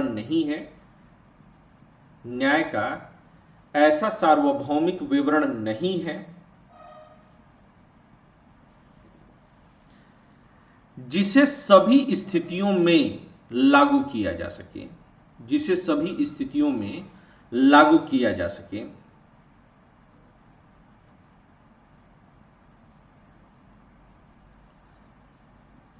वे मानते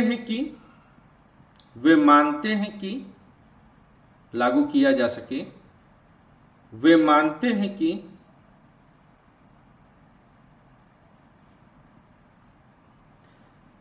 रॉल्स का सिद्धांत एक विशिष्ट संस्कृति से जुड़ा है।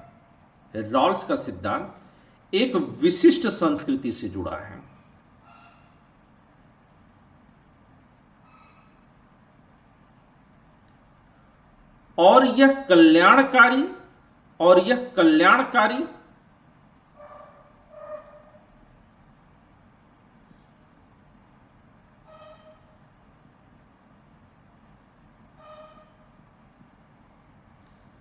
रुझान रखने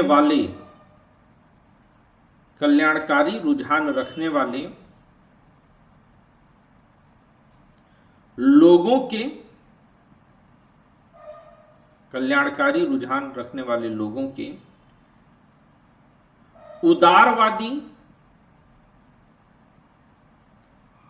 उदारवादी लोकतांत्रिक समाजों के लिए ही उपयुक्त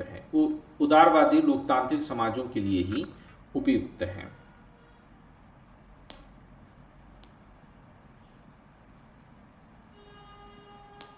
इसके अलावा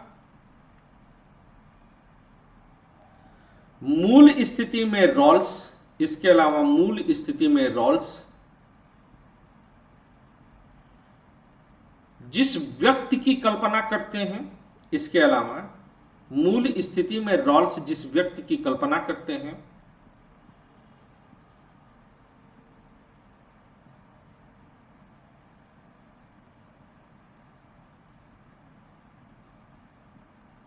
वह कोई अमूर्त व्यक्ति नहीं है।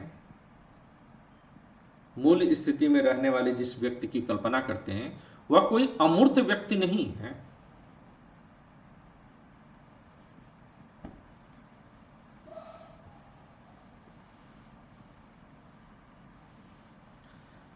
मूल स्थिति में रहने वाला व्यक्ति, मूल स्थिति में रहने वाला व्यक्ति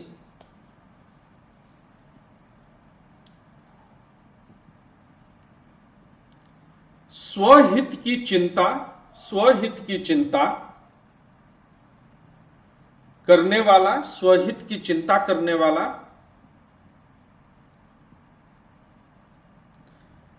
व्यक्तिवादी, स्वहित की चिंता करने वाला व्यक्तिवादी और स्वायत्त व्यक्ति है। वह और स्वायत्त व्यक्ति है, व्यक्तिवादी और स्वायत्त व्यक्ति है।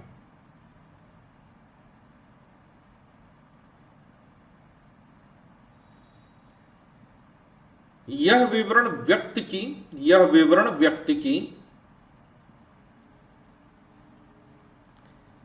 उदारवादी संकल्पना से, यह विवरण व्यक्ति की उदारवादी संकल्पना से बहुत ज्यादा मिलता जुलता है, इसलिए इसे सार्वभौमिक रूप से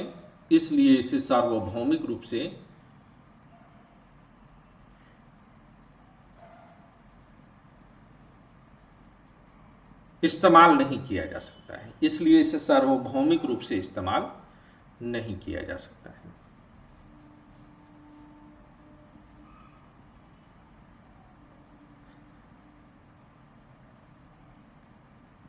अब क्लियर हो गया श्वेता तुम्हारा पॉइंट सारा?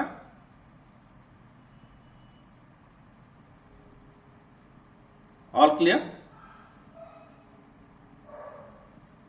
कोई डाउट अभी भी किसी के मन में है?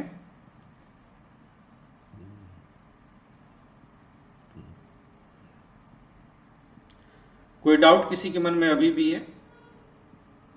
नहीं सर। All done? जी। चलो, अब यहीं पर मार्क्सवादियों की ही विचारधारा में मिल्टन फिस्क और रिचर्ड मिलर भी आते हैं। अब डेविड मिलर और रिचर्ड मिलर को अलग अलग करके देखिएगा। जॉन रॉल्स का सिद्धांत वर्ग संघर्ष का समर्थक नहीं है। अब इनकी भी अपनी दिक्कत है मार्क्सवादियों की, इनको हर जगह वर्ग संघर्ष करा ही देना है। तो ये मिल्टन फिस्क और रिचर्ड मिलर कहते हैं कि यह पूंजीवाद के विशेषाधिकारों के ही रक्षक हैं और पूंजीवादी समाज में सुविधा संपन्न वर्ग सुविधा विहीन वर्ग का ख्याल रखेगा, इस बात की कोई गारंटी नहीं है। और इस तरह से अगर कहा जाए तो जो मार्क्सवादी हैं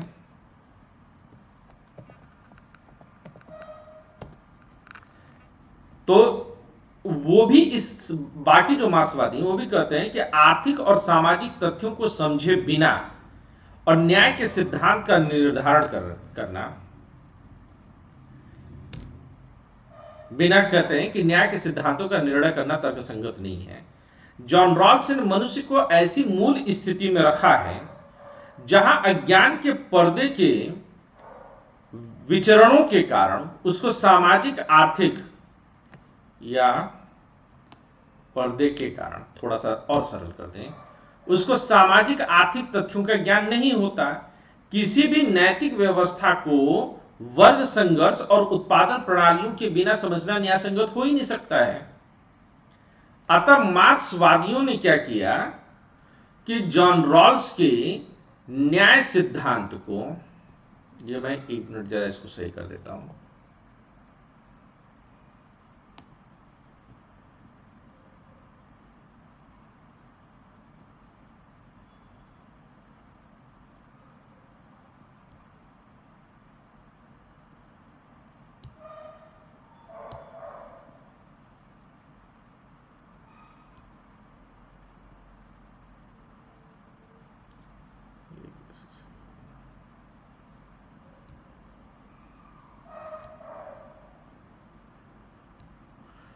चलिए,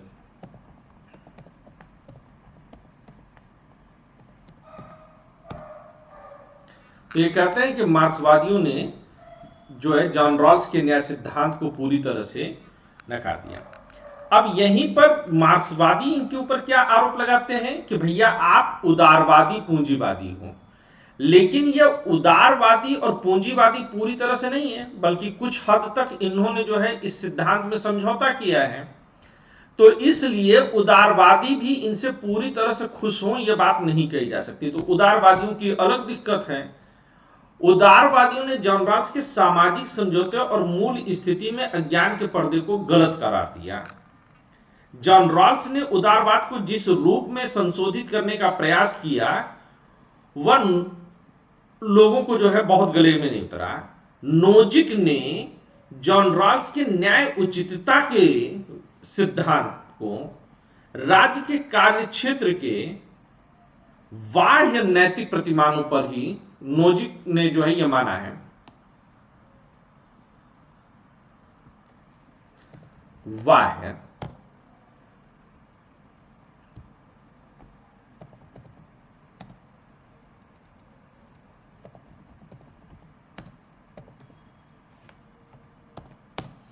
कि जॉन रॉल्स का जो न्याय उचितता का सिद्धांत है वह राज्य के कार्यक्षेत्र के बाह्य नैतिक प्रतिमानों पर आधारित है। राज्य के कार्य क्षेत्र में वृद्धि अगर हम करेंगे तो न्याय की अवधारणा की जो है वह विपरीत हो जाती है, और इस तरह कम लाभान्वित व्यक्तियों के लिए लाभान्वित व्यक्तियों को भी साधन की तरह प्रयुक्त करना न्याय संगत नहीं है। उन्होंने कहा कि दोनों को अलग अलग करिए। जॉन रॉल्स ने समानता पर अधिक जोर देकर के मनुष्य की स्वतंत्रता का भी बलिदान दे दिया, क्योंकि जॉन रॉल्स को अगर आपने पढ़ेंगे तो यह चीज क्लियर है कि न्याय और समानता या समानता और स्वतंत्रता यह हमेशा एक साथ नहीं रह सकते, ये कई बार जो है अलग अलग हो जाते हैं। और जॉन रॉल्स समानता और स्वतंत्रता के बीच में समन्वय स्थापित करने की कोशिश करते हैं और कहते हैं कि ऐसे में समाज की उन्नति की कल्पना करना भी बेकार है, और इसलिए जॉन रॉल्स का न्याय का सिद्धांत व्यक्ति की गरिमा के विरुद्ध और बुद्धिसंगत नहीं है या अबुद्धि संगत है। अब यहीं पर समुदायवादी लोग भी आ जाते हैं जो कि हर चीज में समुदाय को जो है प्रमुख मानते हैं। समुदायवादी किसको कहते हैं? जो कि ये मानते हैं कि व्यक्ति महत्वपूर्ण नहीं है बल्कि समुदाय महत्वपूर्ण है। तो समुदायवादी जो सिद्धांत है उसमें कौन से लोग महत्वपूर्ण हैं? तो उसमें अगर आप देखेंगे तो आपको जो नाम मिलते हैं उन नामों में अलासैदर, मैकटायर, चार्ल्स टेलर, माइकल वाल्जर, ये सारे लोग जो है महत्वपूर्ण हैं। अब अलासैदर, मैकटायर ये कहते हैं कि जॉन रॉल्स ने योग्यता की मान्यता की उपेक्षा की है और इस तरह से जॉन रॉल्स व्यक्तिवादी मान्यता से अपने को अलग नहीं कर सका है। तो जॉन रॉल्स के जो सबसे बड़ी आलोचना है कि यह व्यक्ति पर फोकस करते हैं, यह समाज पर फोकस नहीं करते, और जॉन रॉल्स ने नैतिक तटस्थता की नीति अपनाकर सामान्य शुभ को समर्पित जीवन प्रणाली अपनाने का अवसर खो दिया है।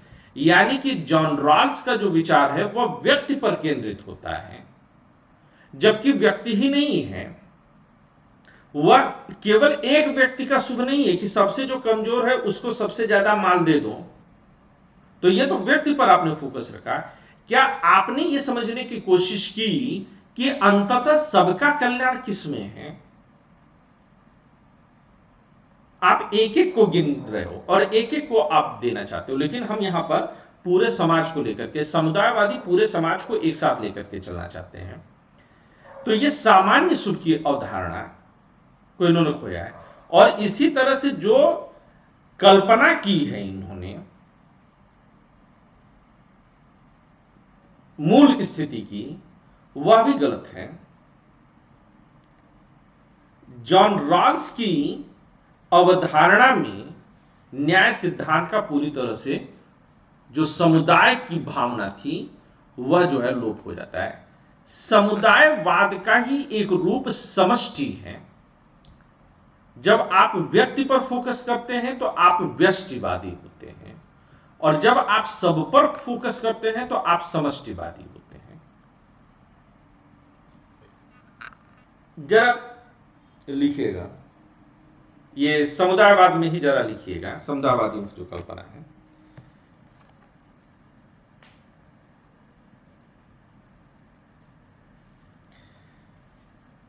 किस सर 1 मिनट। हाँ,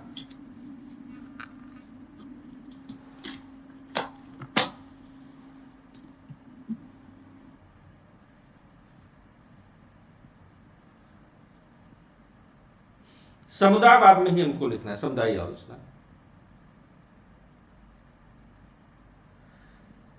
नहीं, उन्होंने स्वार्थी के रूप में कल्पना नहीं की है, लेकिन मैं सबके भले की सोचूं, तुम सबके भले की सोचो, और श्वेता सबके भले की सोचे, ये एक अलग चीज है। वो ये कहते हैं कि मैं अपना विकास इस तरह से करने की कोशिश करूंगा जिससे कि दूसरों के अधिकारों का हनन ना हो। केवल इतना ही, रॉल्स की पूरी परिकल्पना में वह सबका जो है कल्याण कैसे हो इस बात पर फोकस नहीं करते हैं। पूरे सिद्धांत में तुमने कहीं नहीं देखा होगा।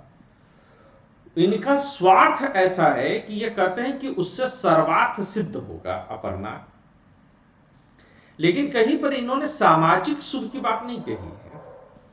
मैं इस चीज को एक्सप्लेन करता हूं, वो अच्छा लगेगा। मुझे ये लगा था कि ये पॉइंट आएगा, इसलिए मैं चाहता हूं कि लिखो। श्वेता जी सर। बोले। हाँ जी। लिखो, रॉल्स की समुदायवादी समीक्षा ने मुख्य रूप से, बढ़िया पॉइंट है, मजा आएगा तुम लोग को लिख करके। रॉल्स की समुदायवादी समीक्षा, मैं बहुत डिटेल में कोर्स करा रहा हूं, मैं जल्दबाजी में नहीं चल रहा हूं, ठीक है ना? क्योंकि जैसे जैसे आगे बढ़ेंगे वैसे वैसे बढ़ना आसान हो जाएगा। अगर एक बार धीरे धीरे जो है हम लोग जो है रास्ता बना लेंगे तो आगे चल करके जो है कभी भी इसमें अंदर जाओ बाहर आओ, राजनीतिक सिद्धांत हो या विचारक हो, PSIR में आपको कोई दिक्कत नहीं होगी। तो एक बार शुरू में डिटेल कर लेते हैं हम लोग अच्छे से। रॉल्स की समुदायवादी समीक्षा ने मुख्य रूप से इस विचार पर ध्यान केंद्रित किया है कि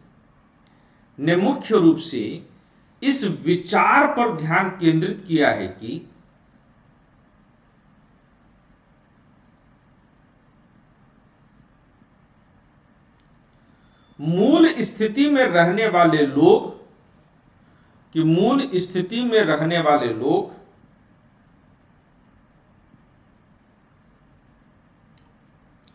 कुछ ऐसे सिद्धांतों पर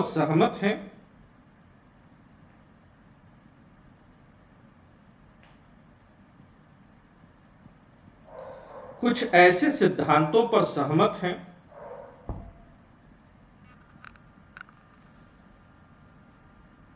जो न्याय के सार्वभौमिक विचारों का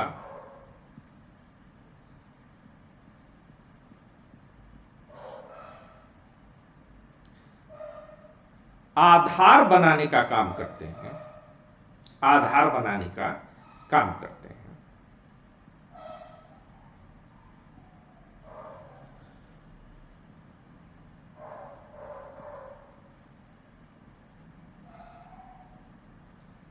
अब यहां पर गड़बड़ क्या हो रहा है, वो उस अगली लाइन में जो है आपको वो मजा देगा। एक फिलोसोफर का दिमाग कैसे काम करता है वो पढ़ने में आपको मजा दे जाएगा, इस बात की मैं गारंटी के साथ बोल रहा हूं। जरा लिखिएगा इस बात को।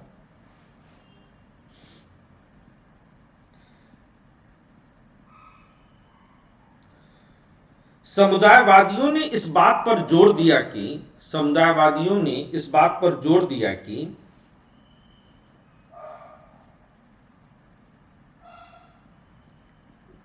व्यक्तियों को पहले से कायम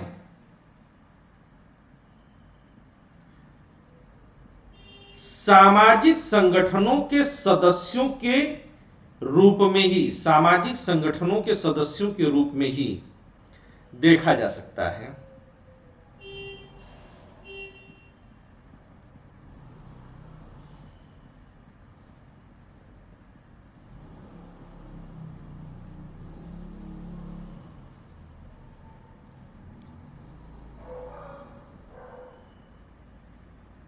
इसका अर्थ यह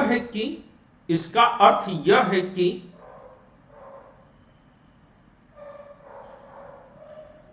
पुरुष और महिला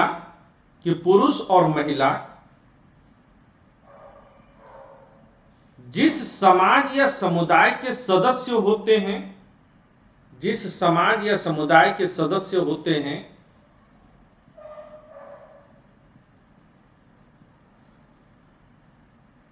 उसी से उन्हें अपने सभी विचार मिलते हैं।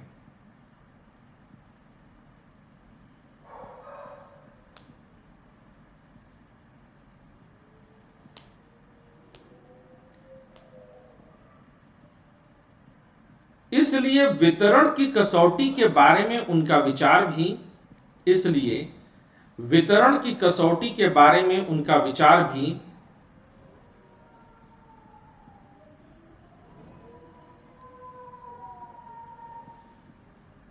उनके संदर्भ से निकल करके ही सामने आएगा।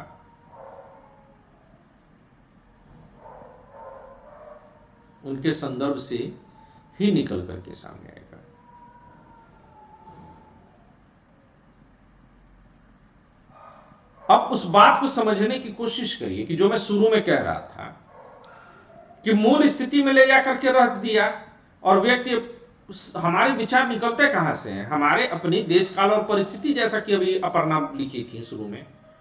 तो अब आपने उसको देश और काल और परिस्थिति से, उस समाज के विचारों से आपने भिन्न कर दिया, तो फिर निकलेगा क्या साहब?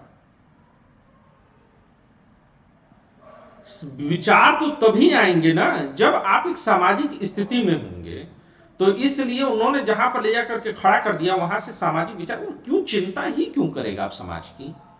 जब उसे पता ही नहीं कि समाज क्या, तो समाज की चिंता क्यों करेगा? सही बात है कि नहीं है? इसी बात को लेकर के आए हैं।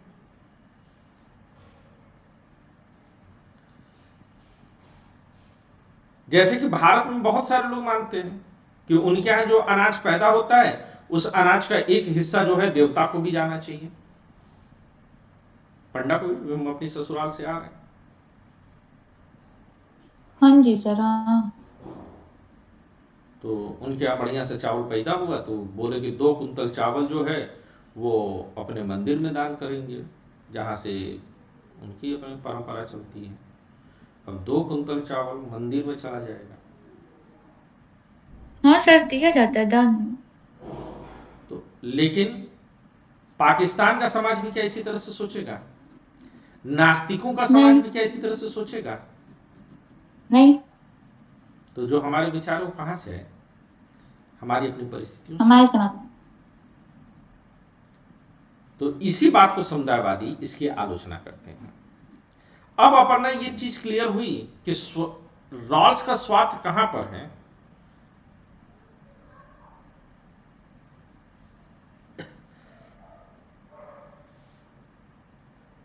आगे लिखिएगा जरा कि समुदायवादियों को, पैरा बदल करके लिखिएगा, पैरा चेंज कर दीजिएगा, कि समुदायवादियों को इस विचार पर आपत्ति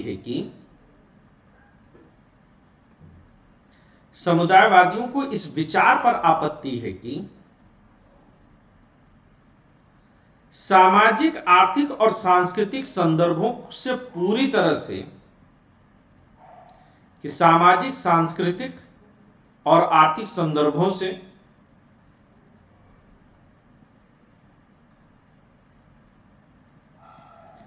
पूरी तरह से अनभिज्ञ व्यक्ति, पूरी तरह से अनभिज्ञ व्यक्ति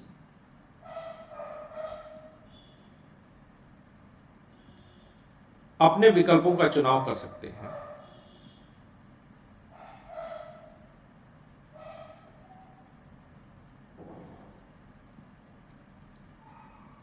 फिर पहला बदल दीजिएगा।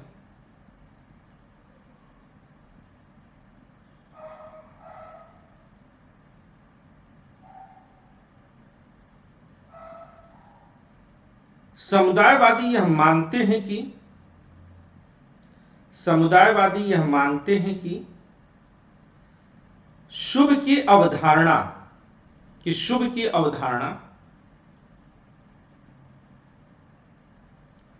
व्यक्तिगत तार्किकता और चुनाव का नतीजा नहीं होती है। व्यक्तिगत तार्किकता और चुनाव का नतीजा नहीं होती है।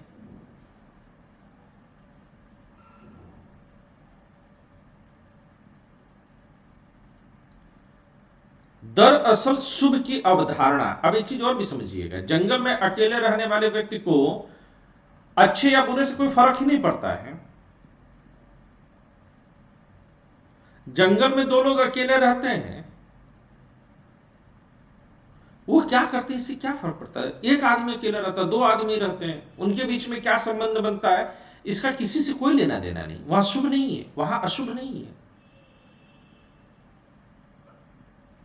शुभ और अशुभ जैसी अवधारणाएं समाज में ही आकर के जन्म लेती हैं, और इसी बात पर समुदायवादी जो है इनकी आलोचना करते हैं। जरा लिखिएगा, दरअसल शुभ की अवधारणा का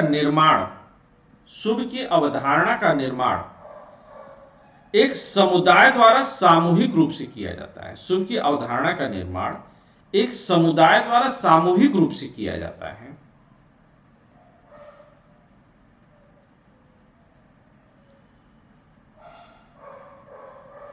और व्यक्ति इस समुदाय से जुड़े होते हैं।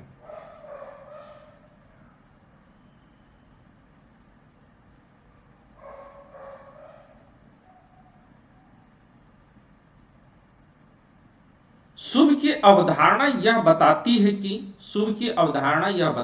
कि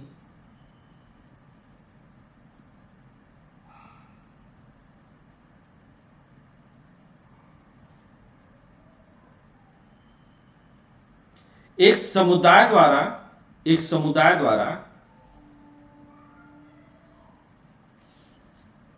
किसे शुभ के रूप में माना जाता है।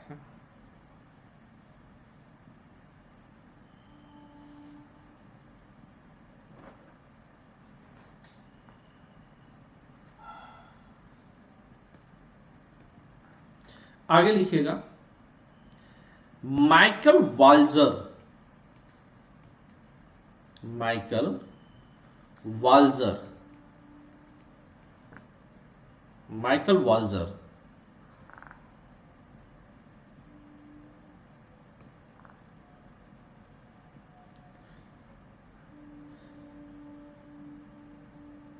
के विचारों को, माइकल वाल्जर के विचारों को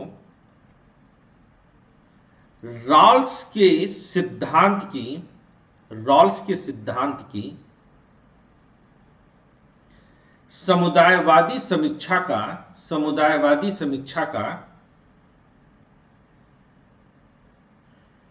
प्रतिनिधित्व करने वाला माना जा सकता है। समुदायवादी समीक्षा का प्रतिनिधित्व करने वाला माना जा सकता है। समुदायवादी समीक्षा।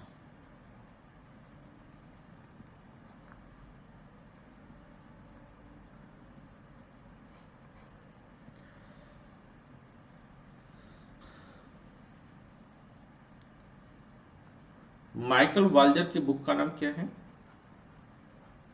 उनकी बुक का नाम है स्फीयर्स ऑफ जस्टिस।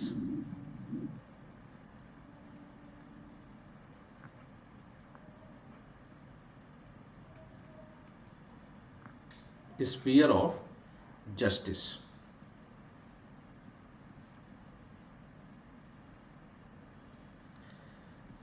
वाल्जर का कहना है कि, आगे लिखिएगा, वाल्जर का कहना है कि किसी भी व्यवस्था को अपने आप में, कि किसी भी व्यवस्था को अपने आप में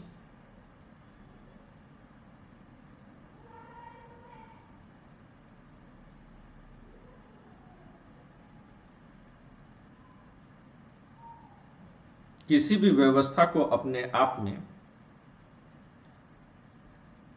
न्यायपूर्ण या अन्यायपूर्ण नहीं माना जा सकता है। किसी भी व्यवस्था को अपने आप में न्यायपूर्ण या अन्यायपूर्ण नहीं माना जा सकता है।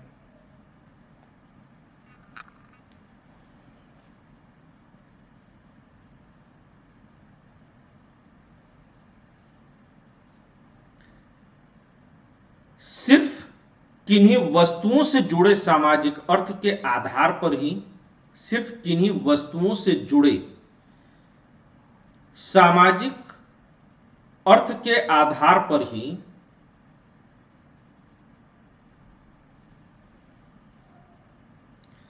किसी व्यवस्था का मूल्यांकन करना मुमकिन है।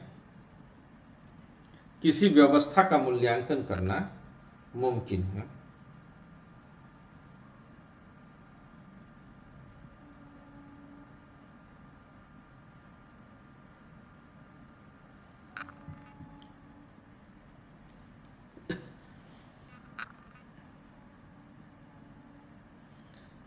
इस संदर्भ में वाल्जर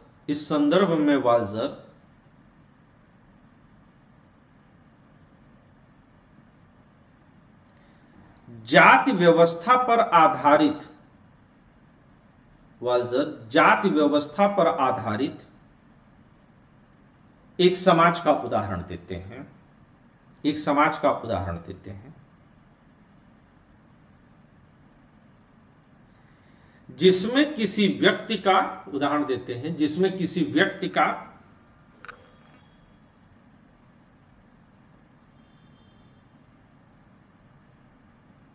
शुद्ध या अशुद्ध या अछूत, शुद्ध या अशुद्ध या अछूत होना,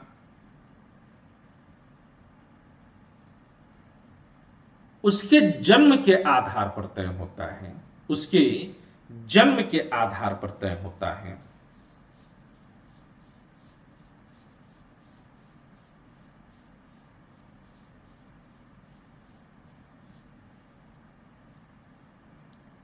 इसी तरह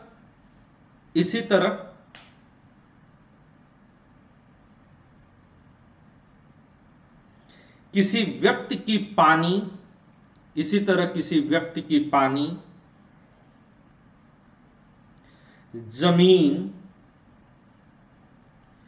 या शिक्षा जैसी वस्तुओं तक पहुंच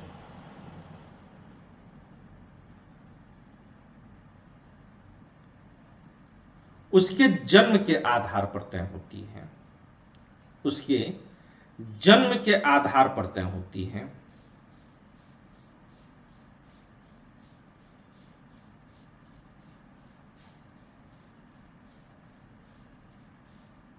वाल्जर यह तर्क देते हैं कि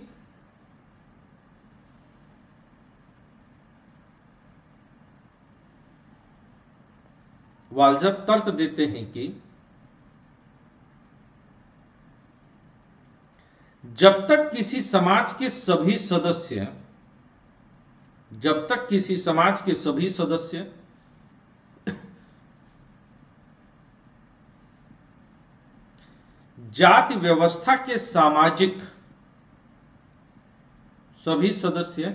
जाति व्यवस्था के सामाजिक अर्थ को स्वीकार करते हैं,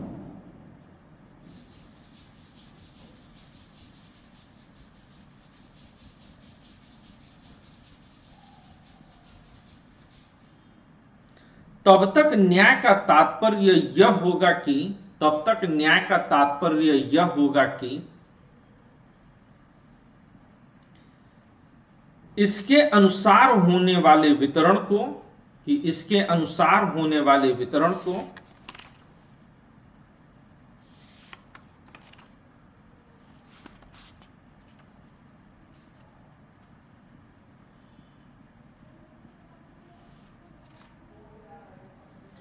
न्याय के वितरण को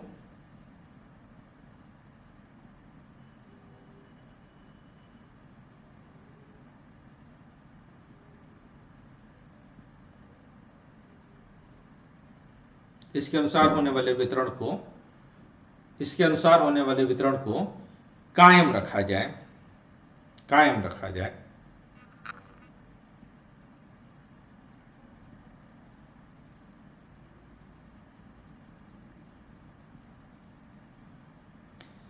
इस तरह वस्तुओं के विशिष्ट अर्थ को समझे बिना उनके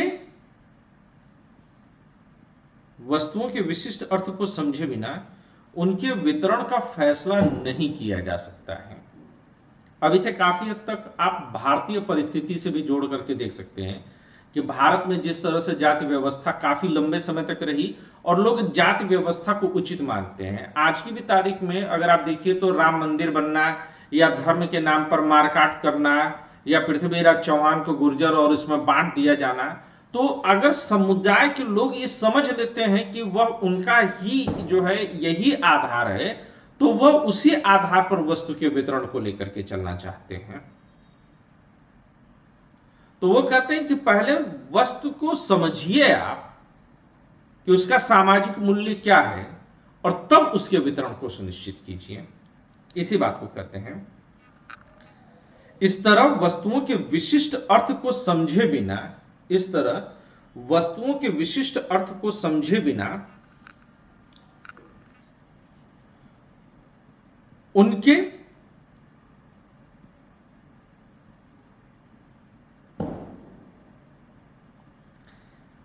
वितरण का फैसला नहीं किया जा सकता।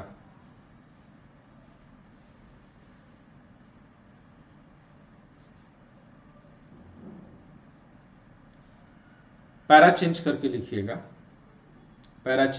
लिखिएगा कि वाल्जर यह सुझाव देते हैं कि जिन वस्तुओं का वितरण करने की जरूरत है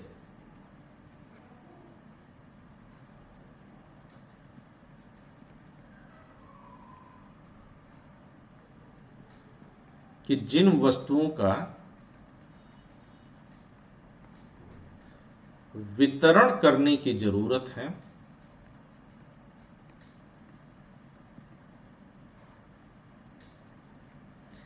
वस्तुओं का वितरण करने की जरूरत है वे सामाजिक वस्तुएं हैं।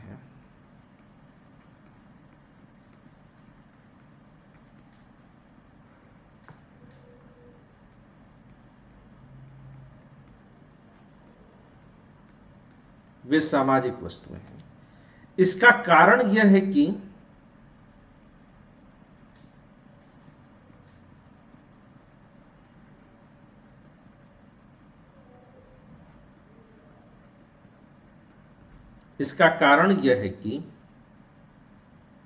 इनके अर्थ और मूल्य का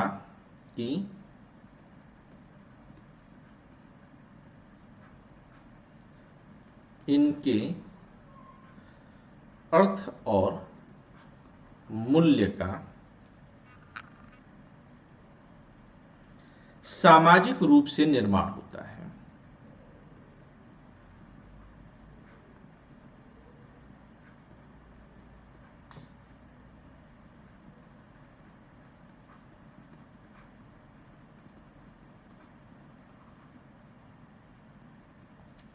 इसलिए न्याय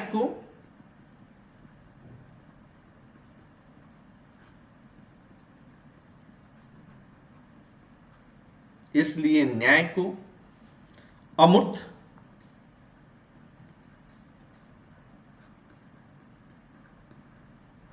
और सार्वभौमिक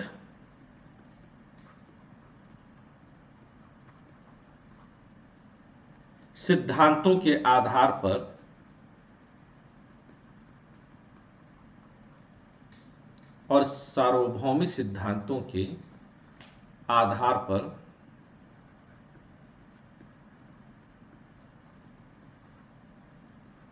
अमूर्त और सार्वभौमिक सिद्धांतों के आधार पर नहीं समझा जा सकता।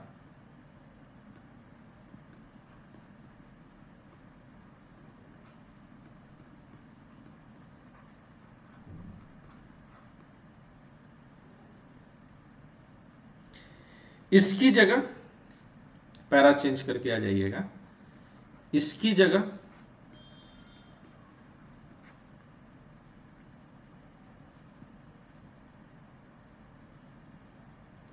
इसे सिर्फ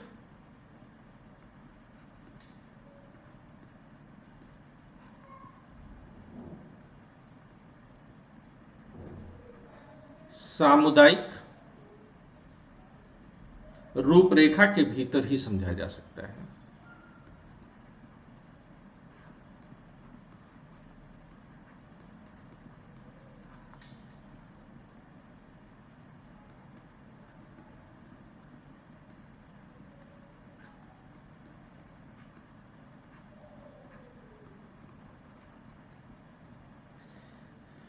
उन्होंने इस बात पर जोर दिया कि, आगे लिखेगा, उन्होंने इस बात पर जोर दिया कि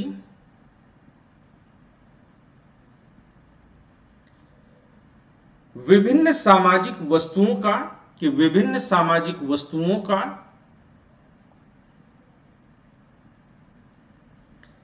अलग अलग आधार पर वितरण होना चाहिए, अलग अलग आधार पर वितरण होना चाहिए। रॉल्स क्या करते हैं, एक ही आधार ले लेते हैं। ये कहते हैं कि विभिन्न वस्तुओं का अलग अलग आधार पर वितरण होना चाहिए।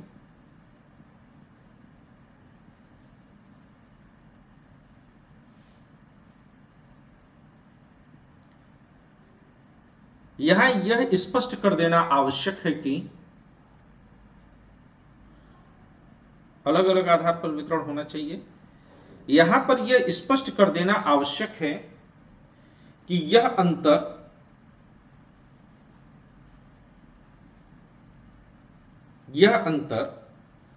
सामाजिक वस्तुओं के बारे में,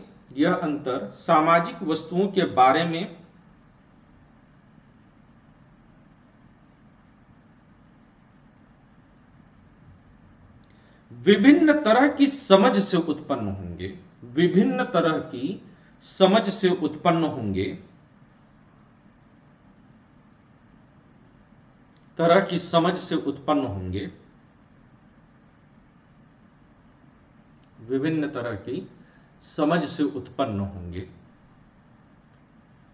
इसका कारण यह है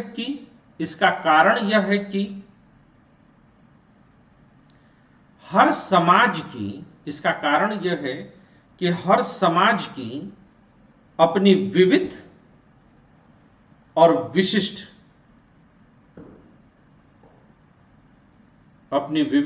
विशिष्ट इतिहास और संस्कृति होती है।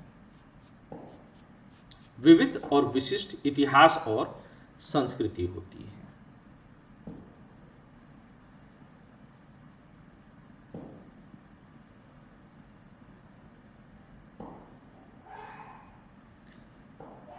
ठीक है, अब समष्टिवादी इसकी आलोचना कैसे करते हैं, जरा उस पर आ जाए। समष्टिवादी यानी कि सबको लेकर के चलने वाले लोग, कहना है कि जॉन रॉल्स का ये समुदायवाद का ही एक परिष्कृत रूप समष्टिवाद है, कि जॉन रॉल्स का न्याय सिद्धांत परंपरागत उदारवादी पूंजी व्यवस्था के औचित्य की पुष्टि करता है, और जिसमें यह कहना है कि धनवान लोगों को धन संग्रह करने की स्वतंत्रता प्राप्त है और इससे निर्धन लोगों को भी लाभ मिलता है। ये जॉन रॉल्स का जो है, इससे पूंजीपति वर्ग के विशेषाधिकारों का ही संरक्षण होता है, क्योंकि यह मान लिया जाता है कि अगर धनवान धन संग्रह करता है और उसके धन संग्रह से निर्धन को लाभ होना है, तो यह माना जाएगा कि धनवान जितना धन संग्रह करेगा सब सही है। जॉन रॉल्स का अवसर इसीलिए कहते हैं कि समानता के सिद्धांत का चाहे जितना भी प्रयास कर ले, लेकिन अमीर गरीब की खाई नहीं पाट सकता। और खुद जॉन रॉल्स भी, मैकफर्सन इस बात को स्पष्ट करते हैं पीछे, कि जॉन रॉल्स खुद इस बात को स्पष्ट कर देते हैं कि वह जो है समानता को कभी पूरी तरह से नहीं ला सकते।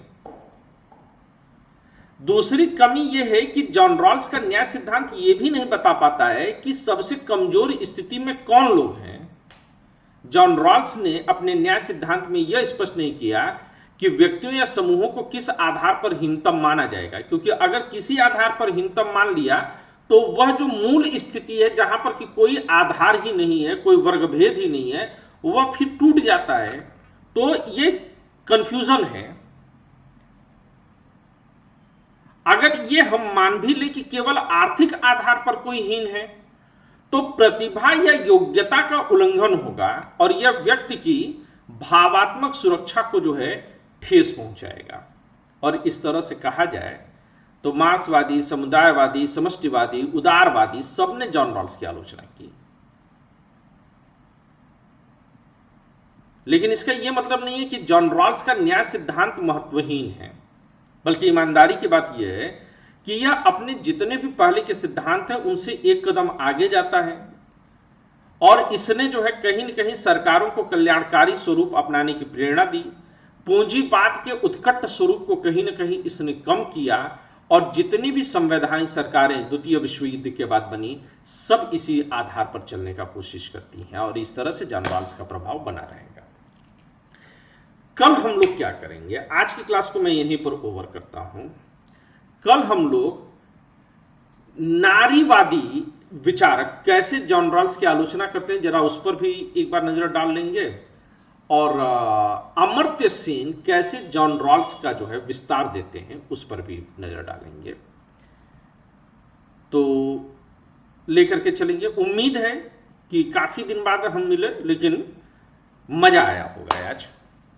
ठीक है, तो आप लोग खुश रहिए, मस्त रहिए, आबाद रहिए, जिंदाबाद रहिए। प्रणाम सर। प्रणाम बेटा।